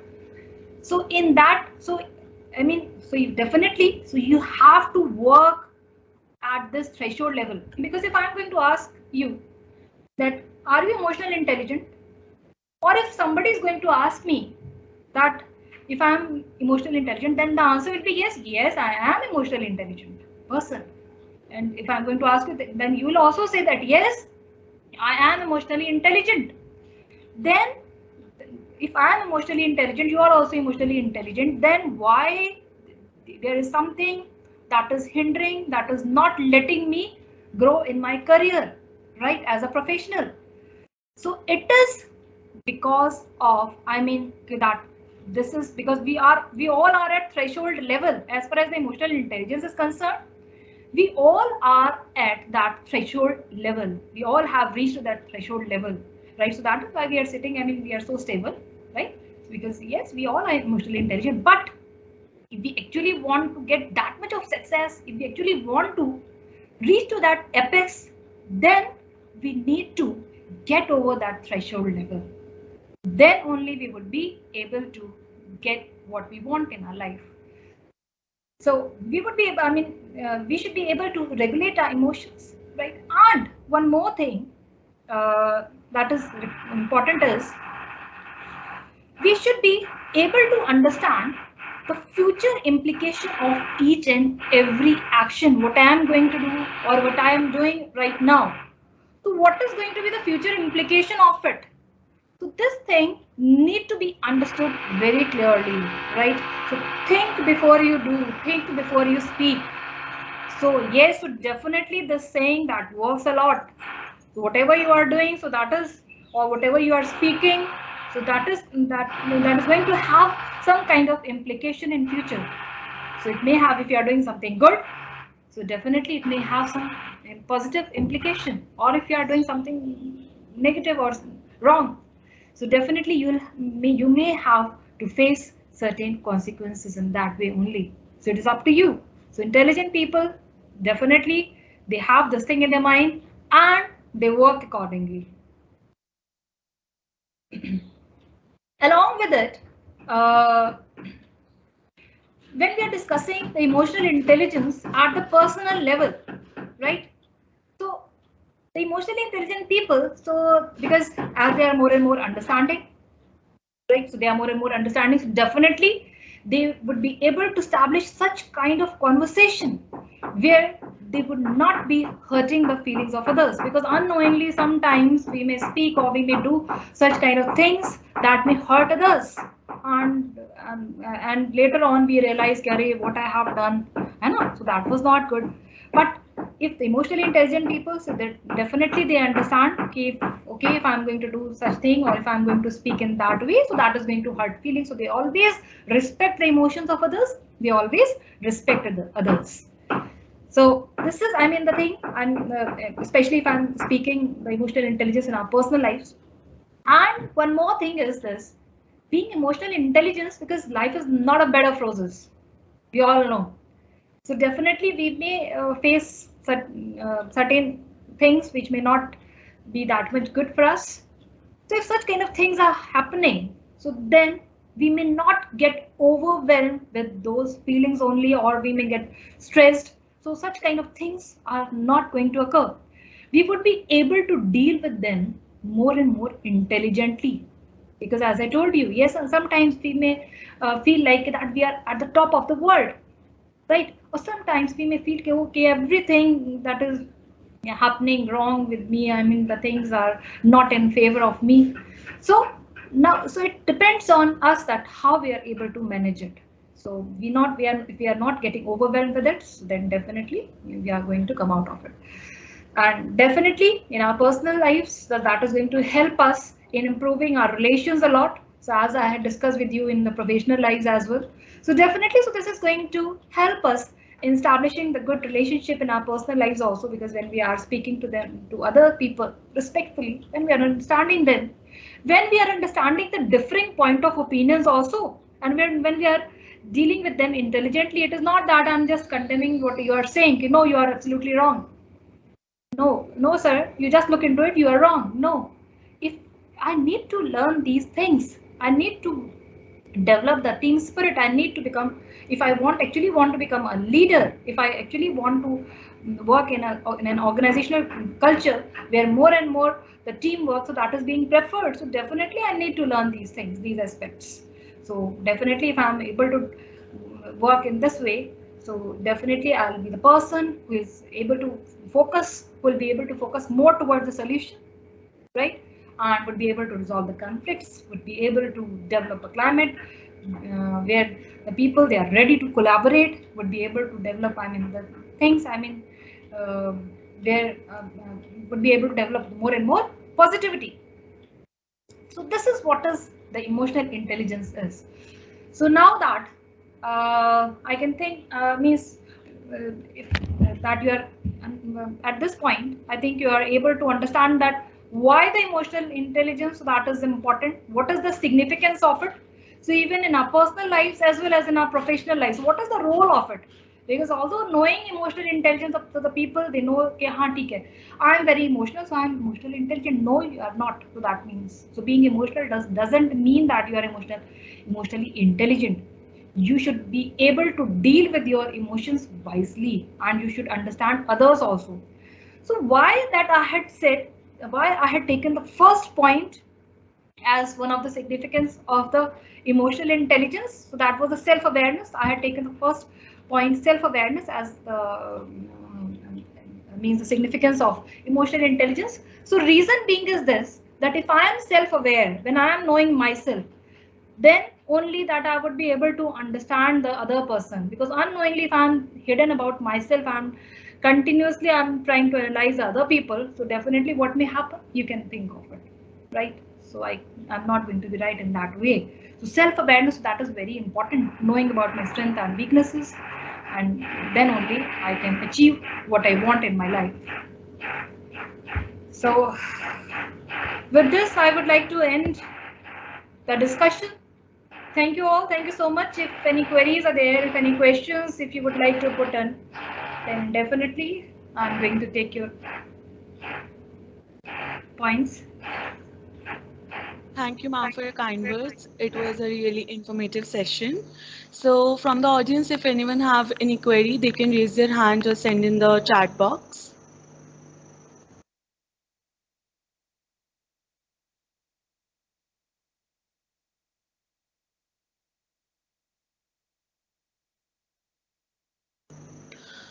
Okay, so there are no queries. So with this, we come to the end of our first day sessions and hope to see you all tomorrow at 2:30 p.m. at the same time, where we will be having a session on building positive relationship and managing emotion and developing social awareness. Thank you, everyone. Have a great day ahead. Your character, that's how it is. For interpersonal efficacy, you also watch, keep a watch on these 5 letters called as watch. Okay, it's an important aspect. So that's how it is. That is just as we are going to think before you do. You plan before you execute or implement. By failing to plan, you're planning to fail. There's prognosis. Same is the case with goddess application. Go to the next one. Next one, motivation. I don't need to lecture on motivation. Next slide, motivation. Motivation. There's a word in Latin language called movere. That is to move, to energize, to activate, to stimulate, to needle, to guide, to goad, to impel, to extract, whatever word you want to do, you do it. That's what is called as you are able to basically leave an impact, an influence on others. So motivation is important function of leadership. That's why here there are 500 definitions available in leadership as you Google search. But one word without which you can't understand leadership, define, discuss, analyze in the classrooms. Motivation is going, leadership is going to be influence. So that's how it is. Whenever you are going to work towards the goals, what is a goal? A broad, general, vibrant, coherent, consistent picture. When you are going to have in the form of a vision, when you have a strategy, you are using the vision statement, the mission document towards general, timeless statement of purpose. That is going to be goal. It's not. I'm not talking about objectives. This is a goal. So you do it persistently, consistently. That's how it is. How it has got to be done. You walk the walk. You walk the talk, and you walk the talk and the walk. Then only you are a good leader. So you lead by example. Lead from the front. You be there. That's why here that Mary Parker Follett, when she has said, what is management? Management is the art of getting things done through the people. Let me add one more word, through the people, with the people. When you say with the people, you're also going to be there. It's not abdication. It is not delegation. It is not decentralization. That you're also going to be there. So even if you're faced with a challenge, let me also tell you, my management professors, academicians, never ever are we going to use the word problem in management literature, because when you call a problem is a problem, what for your MBA qualifications? Mind, brain must be active. That means we treat them, we view them as challenges. When you say challenge, you are going to work towards them. You don't get worked up. You work it out. You don't cry. You try and try to succeed. That's how it is. Next one, empathy. Fourth one, next one is going to be empathy. What is empathy? That is trying to put yourself into the shoes of others. We all know. But understand one thing, before you step into the shoes of others, remember, don't forget to leave your slippers behind, your shoes behind. That's how it is. It is not sympathy, empathic or empathetic. Some people call it. That's a different thing altogether. That is viewing it from others' frame of reference, their viewpoint, their perspective. That's how it is. Next one. One more thing that is going to be. He says the fifth component of EQ, as per Goldman, is going to be social skills. There are technical skills, interpersonal skills, social skills, conceptual skills. I can go on and on and on. But in EQ, the social skills are going to be all about communicating your point of view to others succinctly, successfully, fruitfully, gainfully, and thoughtfully, so that they are able to get the meaning that you have got in your mind. That's what exactly is communication. Consensus addendum, identity of minds, my mind and your mind, when they are going to the same level, that's going to be called as consensus addendum in Latin language. That's communicated. So they're able to build a rapport.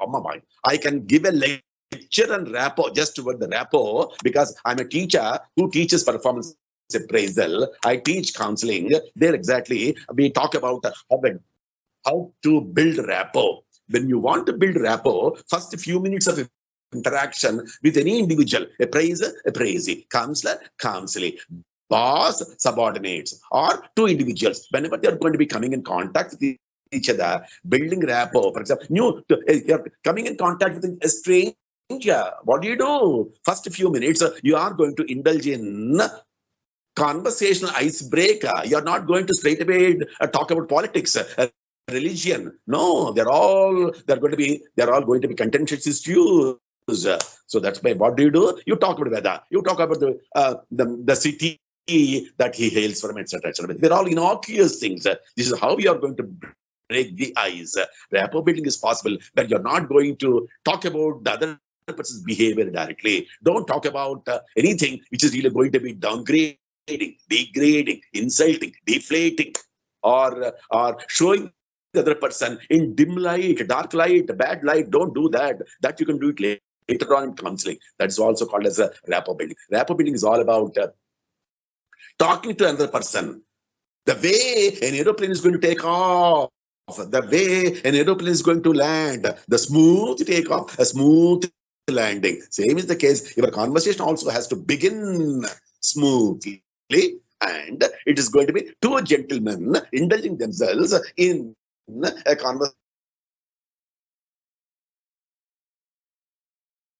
Proper persona, that's a peace and poise, grace. All these things must be there whenever you are going to initiate a conversation with anybody else. That's how it is. Next one. Next one. Now, I think Pooja Sharma, she has cautioned me. So you spend more time on interpersonal skills and less time on EQ. Okay. What is the flow? The flow is going to be interpersonal skills: introduction, importance, role, significance, relevance, imperatives, blah, blah, blah. Next one. Impact of interpersonal skills on effective leadership. We don't use the word efficient leadership because efficiency is input-output concept. Efficiency is output by input. Efficiency talks only about that there should not be any slippage, seepage, leakage, damage, evaporation, distribution losses, cutting the corners, all those things. But efficacy or effectiveness talks about goal. Goal-driven, goal-centric, goal-oriented concept is effective. You may be efficient, but you will be most ineffective. That's it. If you are efficient, if you are effective, Peter Drucker says such a manager is a productive manager. The word that you have to use for this rich combination of efficiency and effectiveness is productivity. Now, next one. Skills required to develop interpersonal relations. Okay, we'll learn. A role of interpersonal relations in achieving the objectives of any organization. I told you just now there's a difference between goal and an objective. A goal is timeless. A goal is broader, wider, whereas an objective is smart, specific, measurable, actionable, realistic, and time-bound. That is going to be an objective. Objectives are derived. Objectives are derivatives from the goals. Next quarter, next fortnight, next month, next day, next 6 months, next 1 year maximum. What do we do? It's an objective. It's not a goal. Okay, go to the next slide quickly. Next slide. First and foremost, a strong bonding. That is, it is not enough if you smell well, you have to gel well. To be able to gel well with other human beings, your associates, your friends, your subordinates, what is it that is required? You are going to expect a bonhomie, camaraderie. That is, mutual interpersonal attraction has got to be there. Cohesiveness must be there. Cohesion must be there. Social cement must be there. The social bonding must be there. That's right. That's there. Individuals are going to work together in the same organization, or same department, division, section, phase, corporate office, base office, whatever. That's how it is. Understand one thing. In any organization, irrespective of its size, shape, color, contour, composition, constituent parts, or nature, line of business, industry, anything, I'm not bothered. You are going to have some important elements in any organization. What are they? People, process, technology, culture, climate, and the task. What is task? Task is going to be operation, activity, duty, responsibility, the bows, the burden that's going to be given to you is going to be task. Structure, you know, who does what, why, when, where, how, pacing, spacing, placing, okay? Or yield, field, so departmentation, all this is structure. And technology, you all know about technology. Technology is an enabler which is going to help you to complete a task. Culture, the way you do the things is going to tell others what is your DNA, what is your culture. Not very. I can give a lecture in adequate quantities. You should also have to have politics. I'm not going to use the word politics in a negative sense. Politics, tricks, gimmicks, all these things. The huge chapters are written in any OB textbook. Read it. So you should be positive. How are you going to do the networking? That's what people say. You tell me your network, I'll tell you the net worth. That's how it is. I stumbled I just bumped into some lady from Malaysia. She invited me as a keynote speaker. I'm going to Oxford University and Cambridge University. And 21st of evening, I'm coming back on 30th. This is all about so that's. But for the fact that I was in Turkey, I was in Istanbul, I would not have met her. I would not have really got this invitation because she was impressed. I was the session chair, I was a paper presenter. That's how it is. So network is important. Network is important. Next one. Next one. Now we're comfortable because important, but in psychology, there's a construct. They call it not as a concept. The construct called interpersonal efficacy. Just as organized efficacy is going to be there, organized productivity is going to be there. After all, I am a professor of OD for 25 years, 30 years. OD is OC for OE. What is this? Organized development is organized change program, change strategy, change interventions, change efforts. For what? For organized efficacy, effectiveness, efficiency, economy, productivity. Same is the case. What are these things? These skills are competencies, abilities, capabilities, skill sets that allow a manager to build, to design, to develop, to share a special bonding with my own people. Something is there. Something. You are a good conversationalist. You have wit, pun, humor, repertory, knowledge, wisdom, erudition, skill sets. Oh my God. You have lots. There's something.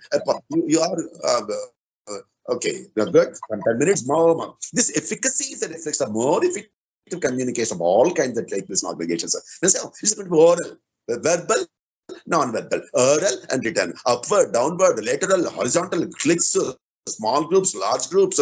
Everything is going to be important. Everything is going to be across all. Next one. Let me just run through all the slides. Oh, very good. And what is interpersonal efficacy? Getting sensitized to interpersonal. That's how it is. No, sensitivity is reside in the heart. Sensibility is reside in the mind. That's why when you say you insensible means you dullard, you dunce, you aapko damag nahi hai kya? And then you insensitive. Don't you have heart? Don't you have sympathy? Don't you have empathy? Don't you have love, affection, giving, receiving? Bekar aadmi. That's how it is going to be. So this is the webinar of this kind is definitely going to promote effective interpersonal relationships in a variety of ways. The sky is the limit. Because research has shown that interpersonal relationship skills are not inherited, but can be taught or learned over a period of time. For that matter, MBA, PGD, BM across the globe, all these schools, Stanford, Cambridge, all, including all these, Harvard University to Harvard Business School, the management education that is getting imparted would have been a big zero, would have gone down the drain if it were not to be transferable, not to be identified, not to be measured.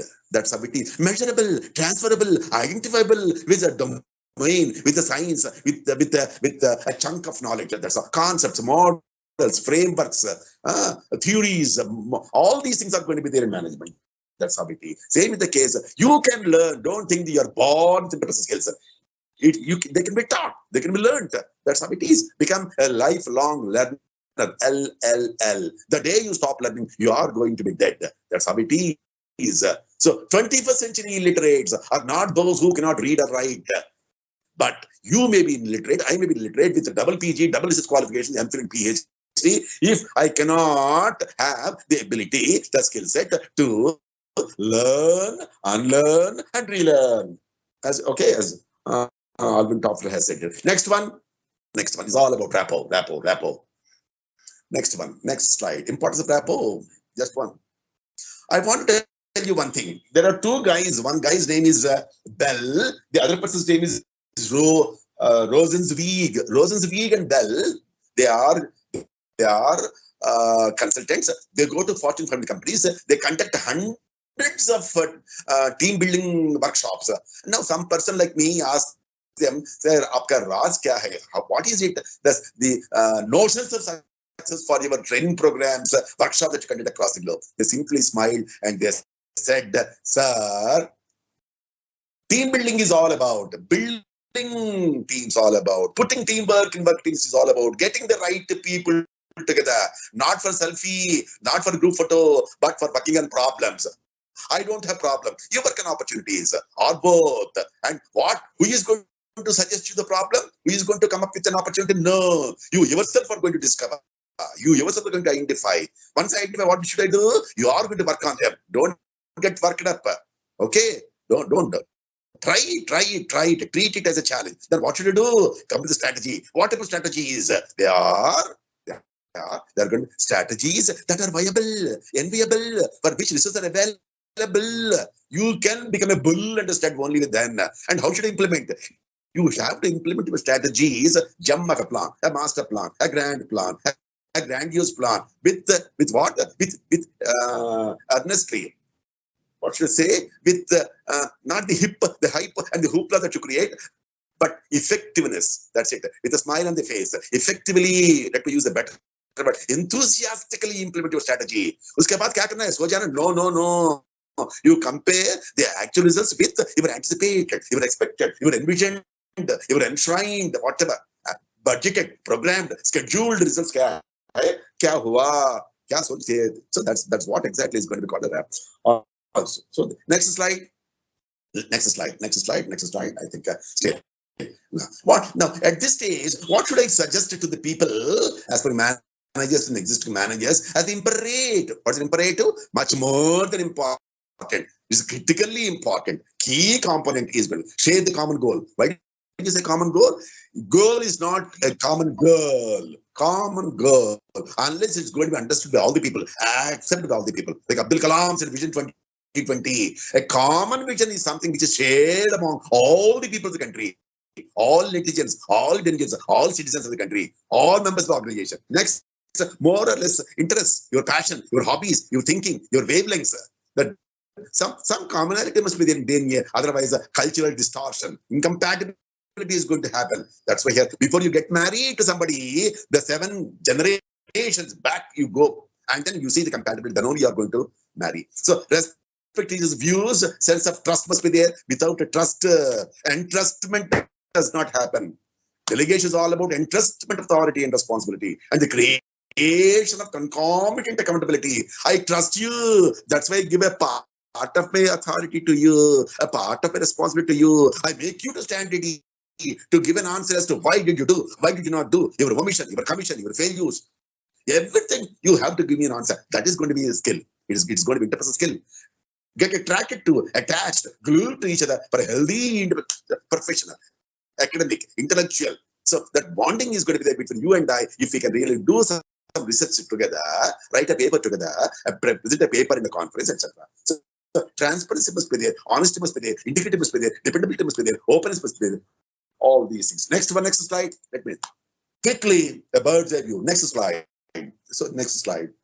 There's going to be. So what are going to be the key interpersonal communication skills? Verbal communication. I don't need to elaborate. Activism, body language, negotiation, not haggle, not negotiation and conflict resolution, empathy, not sympathy, decision making, problem solving, problem definition, decision making. Okay, and searching for alternatives, understanding the pros and cons, the pains, the gains, the satisfaction, sacrifice, the roots, the fruits. Then you take a decision. Best alternative, implement it. You solve the problem. That's how it is. Next one. What is the challenge? I'm not saying problem. Next slide. Winning their friends and positively influencing and impacting them is very difficult. That's what that Dale Carnegie, that book that is How to Win Friends and Influence People, the great book in our childhood, 60s and 70s. For HR person, there is always going to be a trust deficit. Some managers do not have the credibility like politicians, like MLAs and MPs. Many people look at them all with suspicion, with fear, with disbelief.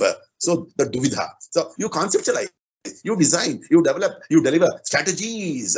Okay, grandiose plans. Implement them later on. Building people friendly. That's it. Last 5 minutes. So brand building and sustenance is a big challenge. How are you going to build a brand? That, for example, Bata, Godrej, these have become household names. They must not have built these castles of reputation, but for hard work.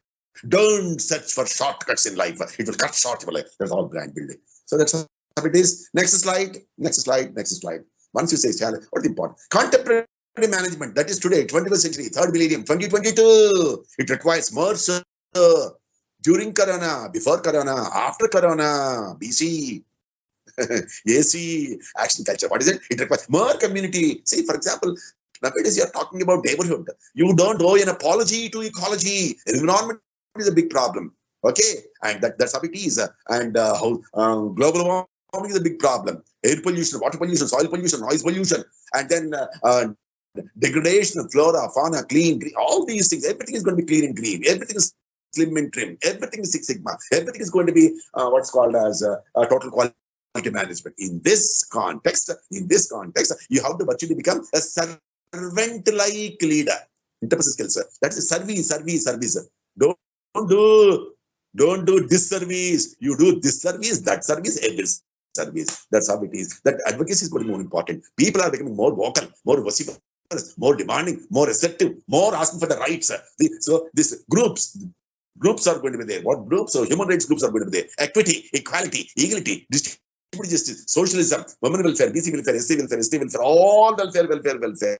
It's a welfare economy. You as a manager, as an individual, you are going to take care of everybody's interest. Next one, I think very quickly.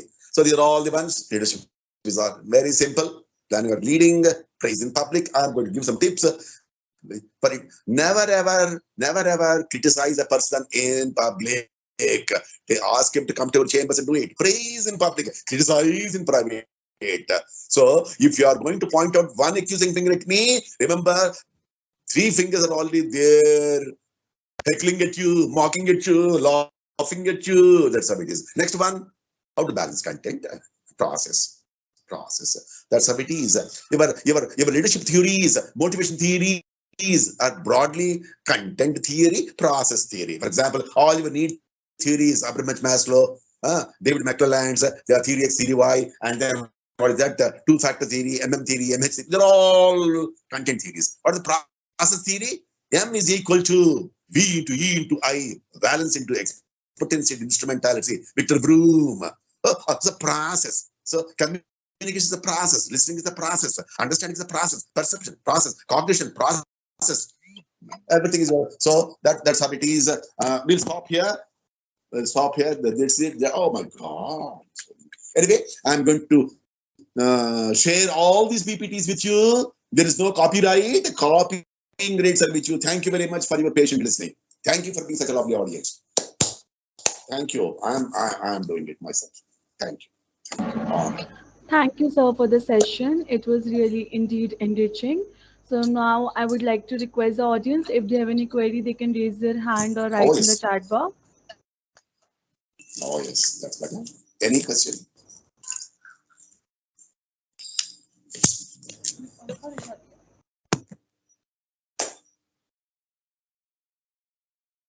They've understood everything. They have not understood all bouncers. That could be one more. Anyway, good.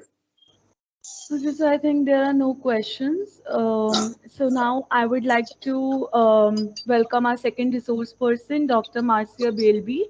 She has a PhD in Classics, Ancient History and Archaeology, University in Birmingham, and 3 Master degree in Archaeology, Museum Studies in International Business, University of Birmingham and Ulster University. She is also about to graduate with a 4th Master degree in Public Relations from Stirling University. She has currently served as a Department Chair of General Study and English at the University of the People, Your People, and her specialty is academic leadership. Meanwhile, she has been lecturing in academia since 2011. Her mission is the global democratization of education. So now we welcome you, ma'am. Let's start with the second session. You can start presenting, ma'am. Hi there, welcome everyone, and thank you for giving me the chance to be with you today. I would like to first thank the organizers of this event for giving me an opportunity to share my experiences in emotional intelligence with you, especially when it comes to the professional life. Having experienced loads of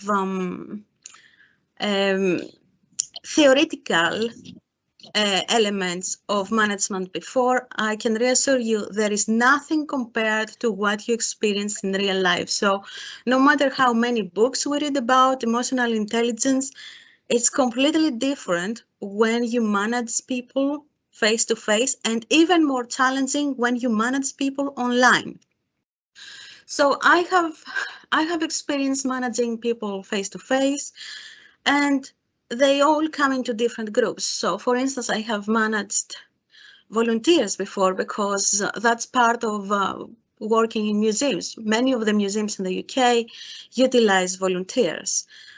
The way we would treat volunteers would be completely different to the way we would treat employed staff. I have managed employed staff before, and I can reassure you that it's even more challenging. Volunteers are normally there because they want to offer their services to an organization such as a museum, for instance. People who are paid, they are there and they take things way too seriously sometimes. So managing these people, because they have to meet selective criteria in order to progress in the position, managing these people is very, very challenging indeed. Even though I must say that even volunteers have given me a difficult time before. Now, managing people online is even more challenging in terms of not being able to understand how this person may feel, because I haven't met this person in real life. I don't know how they would react. When we spend way too much time in the office with some people, we get to know them better and we get to predict how they may react. But when we manage staff online, it can be challenging. It can be an issue with, there may be an issue with cultural differences. The way I may write something may appear too straightforward or too harsh to somebody in another part of the world, and sometimes it's very, very difficult to see and how we are going to work with some people. So I've had lots of difficult cases before, and what my experience showed me was that emotional intelligence is bidirectional. So I have to have emotional intelligence, but at the same time, the person I manage, the person I send out an email to, they have to have emotional intelligence. And emotional intelligence is about connections. Everything is about connections and what we call strategic communication. So when you work with other people, my motto to my staff, my motto to the instructors, the professors I manage at the University of the People is be the person you want to work with and strive for excellence. Sometimes it's very, very difficult to do this because people wake up, they may have a bad day. I may have a bad day, but emotional intelligence is being able to control how I feel about certain things. Emotional intelligence is not getting upset or not showing upset or not getting angry towards my staff, not responding to emails when I am upset. Emotional intelligence is knowing when I need to step away from my computer before I make things worse.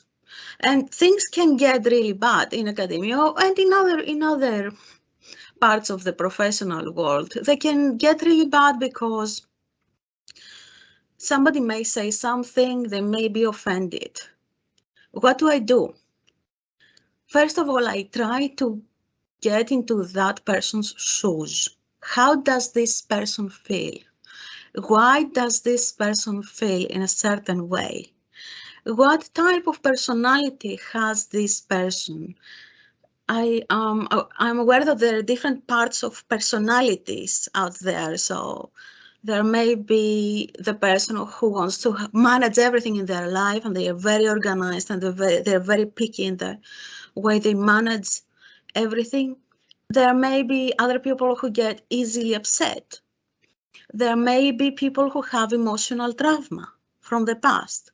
There may be people who do not necessarily understand how to act in certain cases because they lack the skills or the experiences in life. So when something bad happens in the workplace, the best thing you can do is always take this matter in a private manner. What happens between yourself and other people, that sort of connection is a private matter. Always keep it in a private manner. Do not respond without thinking. Do not respond without having examined or reviewed a case. Be able to accept that you may be wrong, because I have been wrong in the past, and part of the emotional intelligence is self-evaluation. Not only evaluation of another person, but also self-evaluation. What have I done? Have I reacted correctly? What could be done different? If that happens again, what policies can I use in order to avoid things getting worse effectively? What sort of behavior should I expect? So self-evaluation and evaluation not only of a situation that causes a problem, but also evaluation of the person, of the character of the person you are managing or you are dealing with. Think about the importance of this person in your organization. If they are a stakeholder, how can you maintain a connection? If something that has happened exactly this way happens again in the future, how is the connection going to be affected? And strategize. Strategize your relationship with this person, your strategic communication based on the importance of your stakeholder, because as we know, everyone is a stakeholder to a certain extent. So who is this person? How can we manage it? How can we manage him or her? Think about policies. Policies are important because they are in writing. They have to be followed. There are general code of conduct policies. And these policies are there for a reason, because if they went there, everyone would do whatever they wanted to do. And there are other policies in the workplace that you always have to keep in mind when you manage people. Now, emotional intelligence is also about understanding how you can react towards positive situation, not necessarily towards a bad situation, because it can go either way.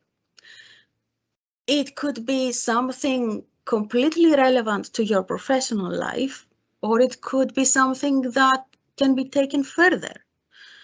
How would you react if you found out, for instance, that your colleague got the position, the internal position he or she applied for, when you had applied for the same position?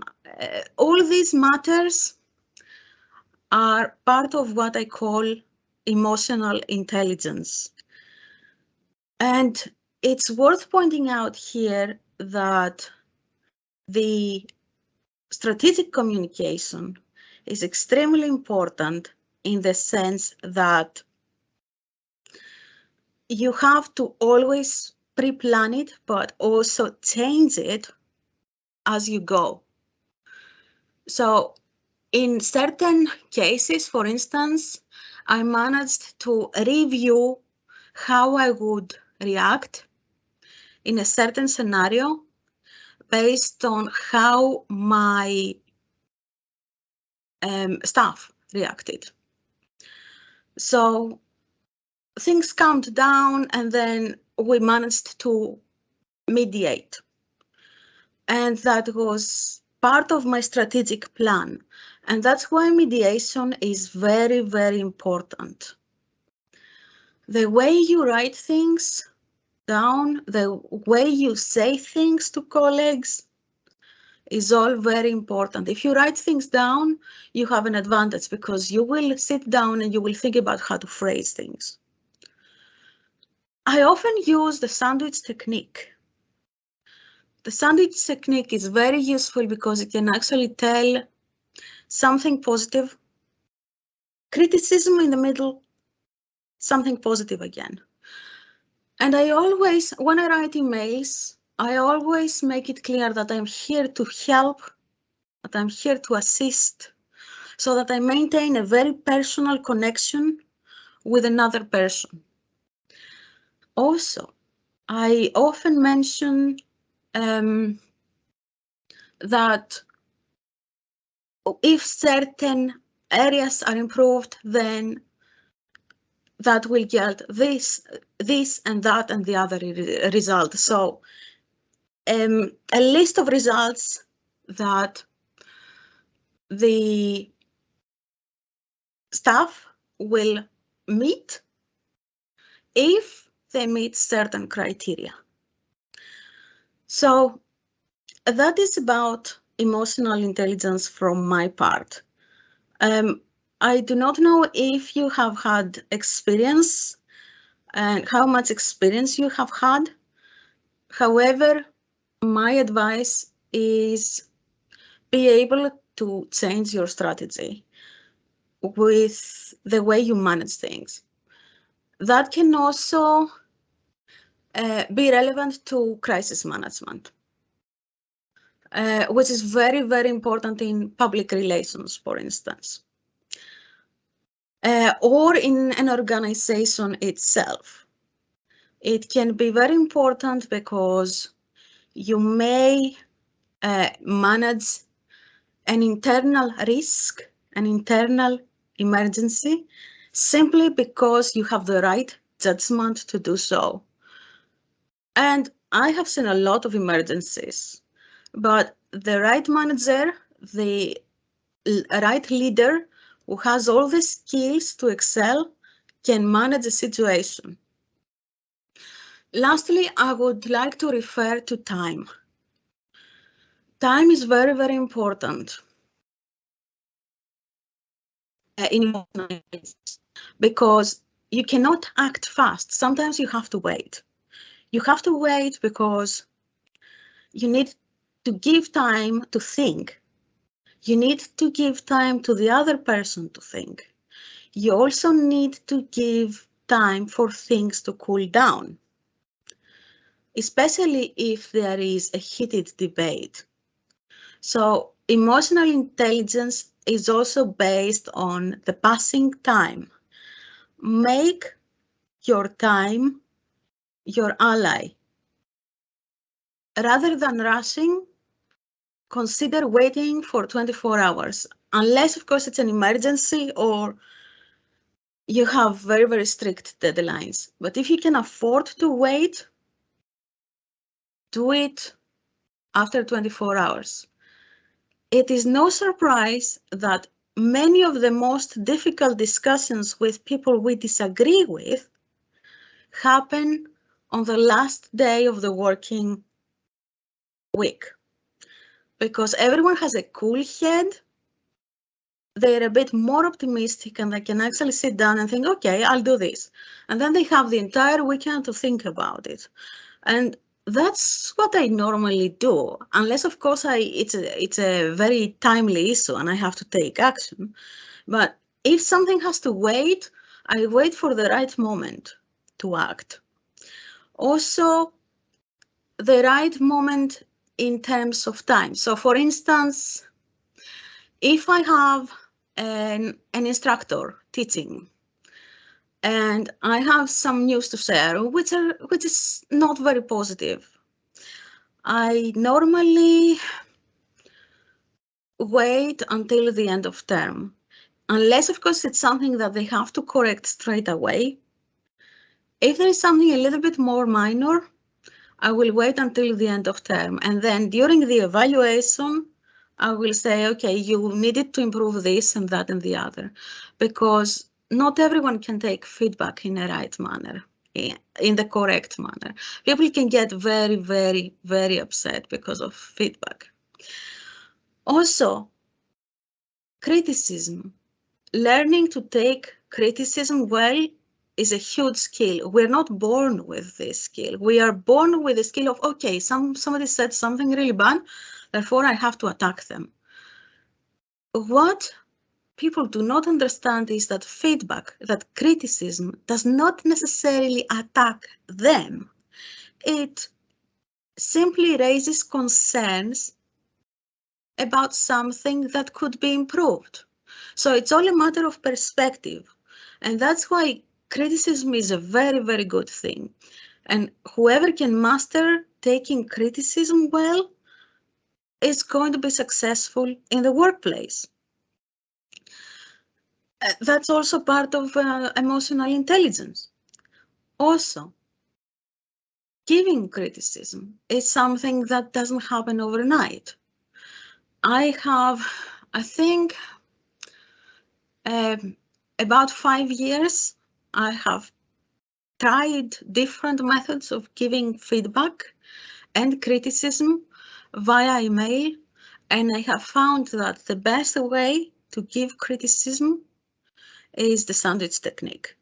Also, a very personal email and encouragement, motivation, which is also very, very important. So towards the end, if you write an email, if you say something to somebody, make sure you document everything, but be motivating, be encouraging. The other person is a person just like you. They may have a bad day, they may have a good day. So just be sure to motivate everyone. And that's what we do with students as well. It's not just instructors, okay? Because even in academia, if you think about it, our students, we don't teach robots. We are not robots ourselves. Emotions are a very, very difficult thing to manage in our personal life, and other people's emotions are very, very challenging to manage. So always think of the other person as a person with a character, with a family life, with problems, with challenges in their lives, with a background, with cultural biomes, with a previous educational background, and they could operate as such. They could operate in a very sensitive manner. So I'd like to close this presentation with another motto of mine.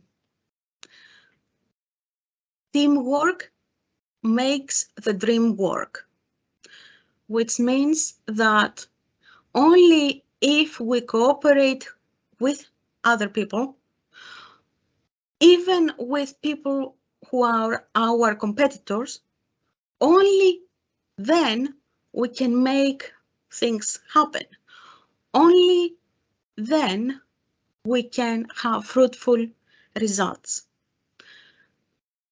And teamwork is very, very important in leadership, considering that fundamentally a leader has to be a team player. A leader serves the other team members. So, for instance, when I open my meetings, my department meetings, and my instructors are there and my staff is there, I always thank them. The first thing I do is thank them. Say how grateful I am, not only that they are here today, but the fact that they make an effort every day. They make an effort towards our mission and towards our vision. And I emphasize that I am there to serve them, that as a leader, I'm there to manage things, but at the same time, I serve them. I serve my staff. I serve the community of a university. And I think that I have covered the most important things I'd like to share with you. If anyone has any questions for me, I am more than happy to answer. Anyone?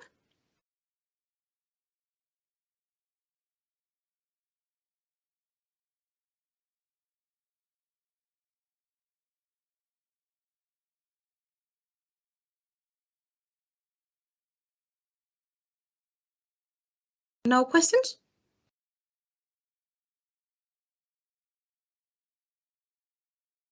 Okay, so no raised hands. Thank you. Okay, I hope that has been informative for you. And I hope that I have managed to answer some of the questions you may have and some of, and I thought I have offered some case studies for you to study. Thank you. Now I would like to request the audience if they have any questions.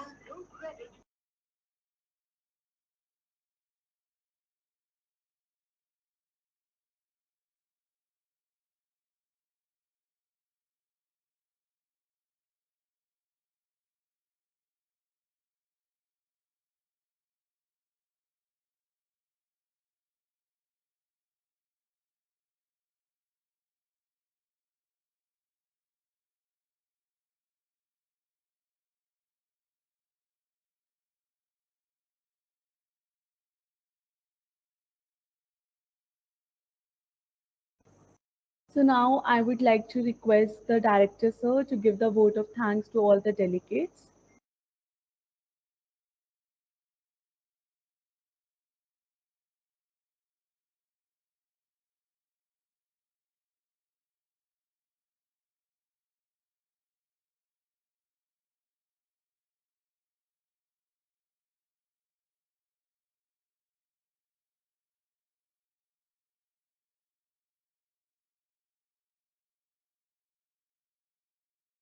Am I audible?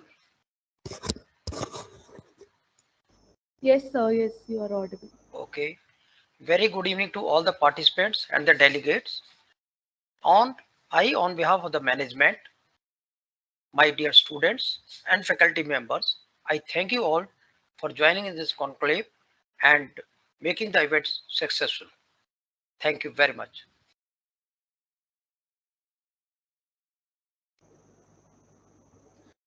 Thank you, sir.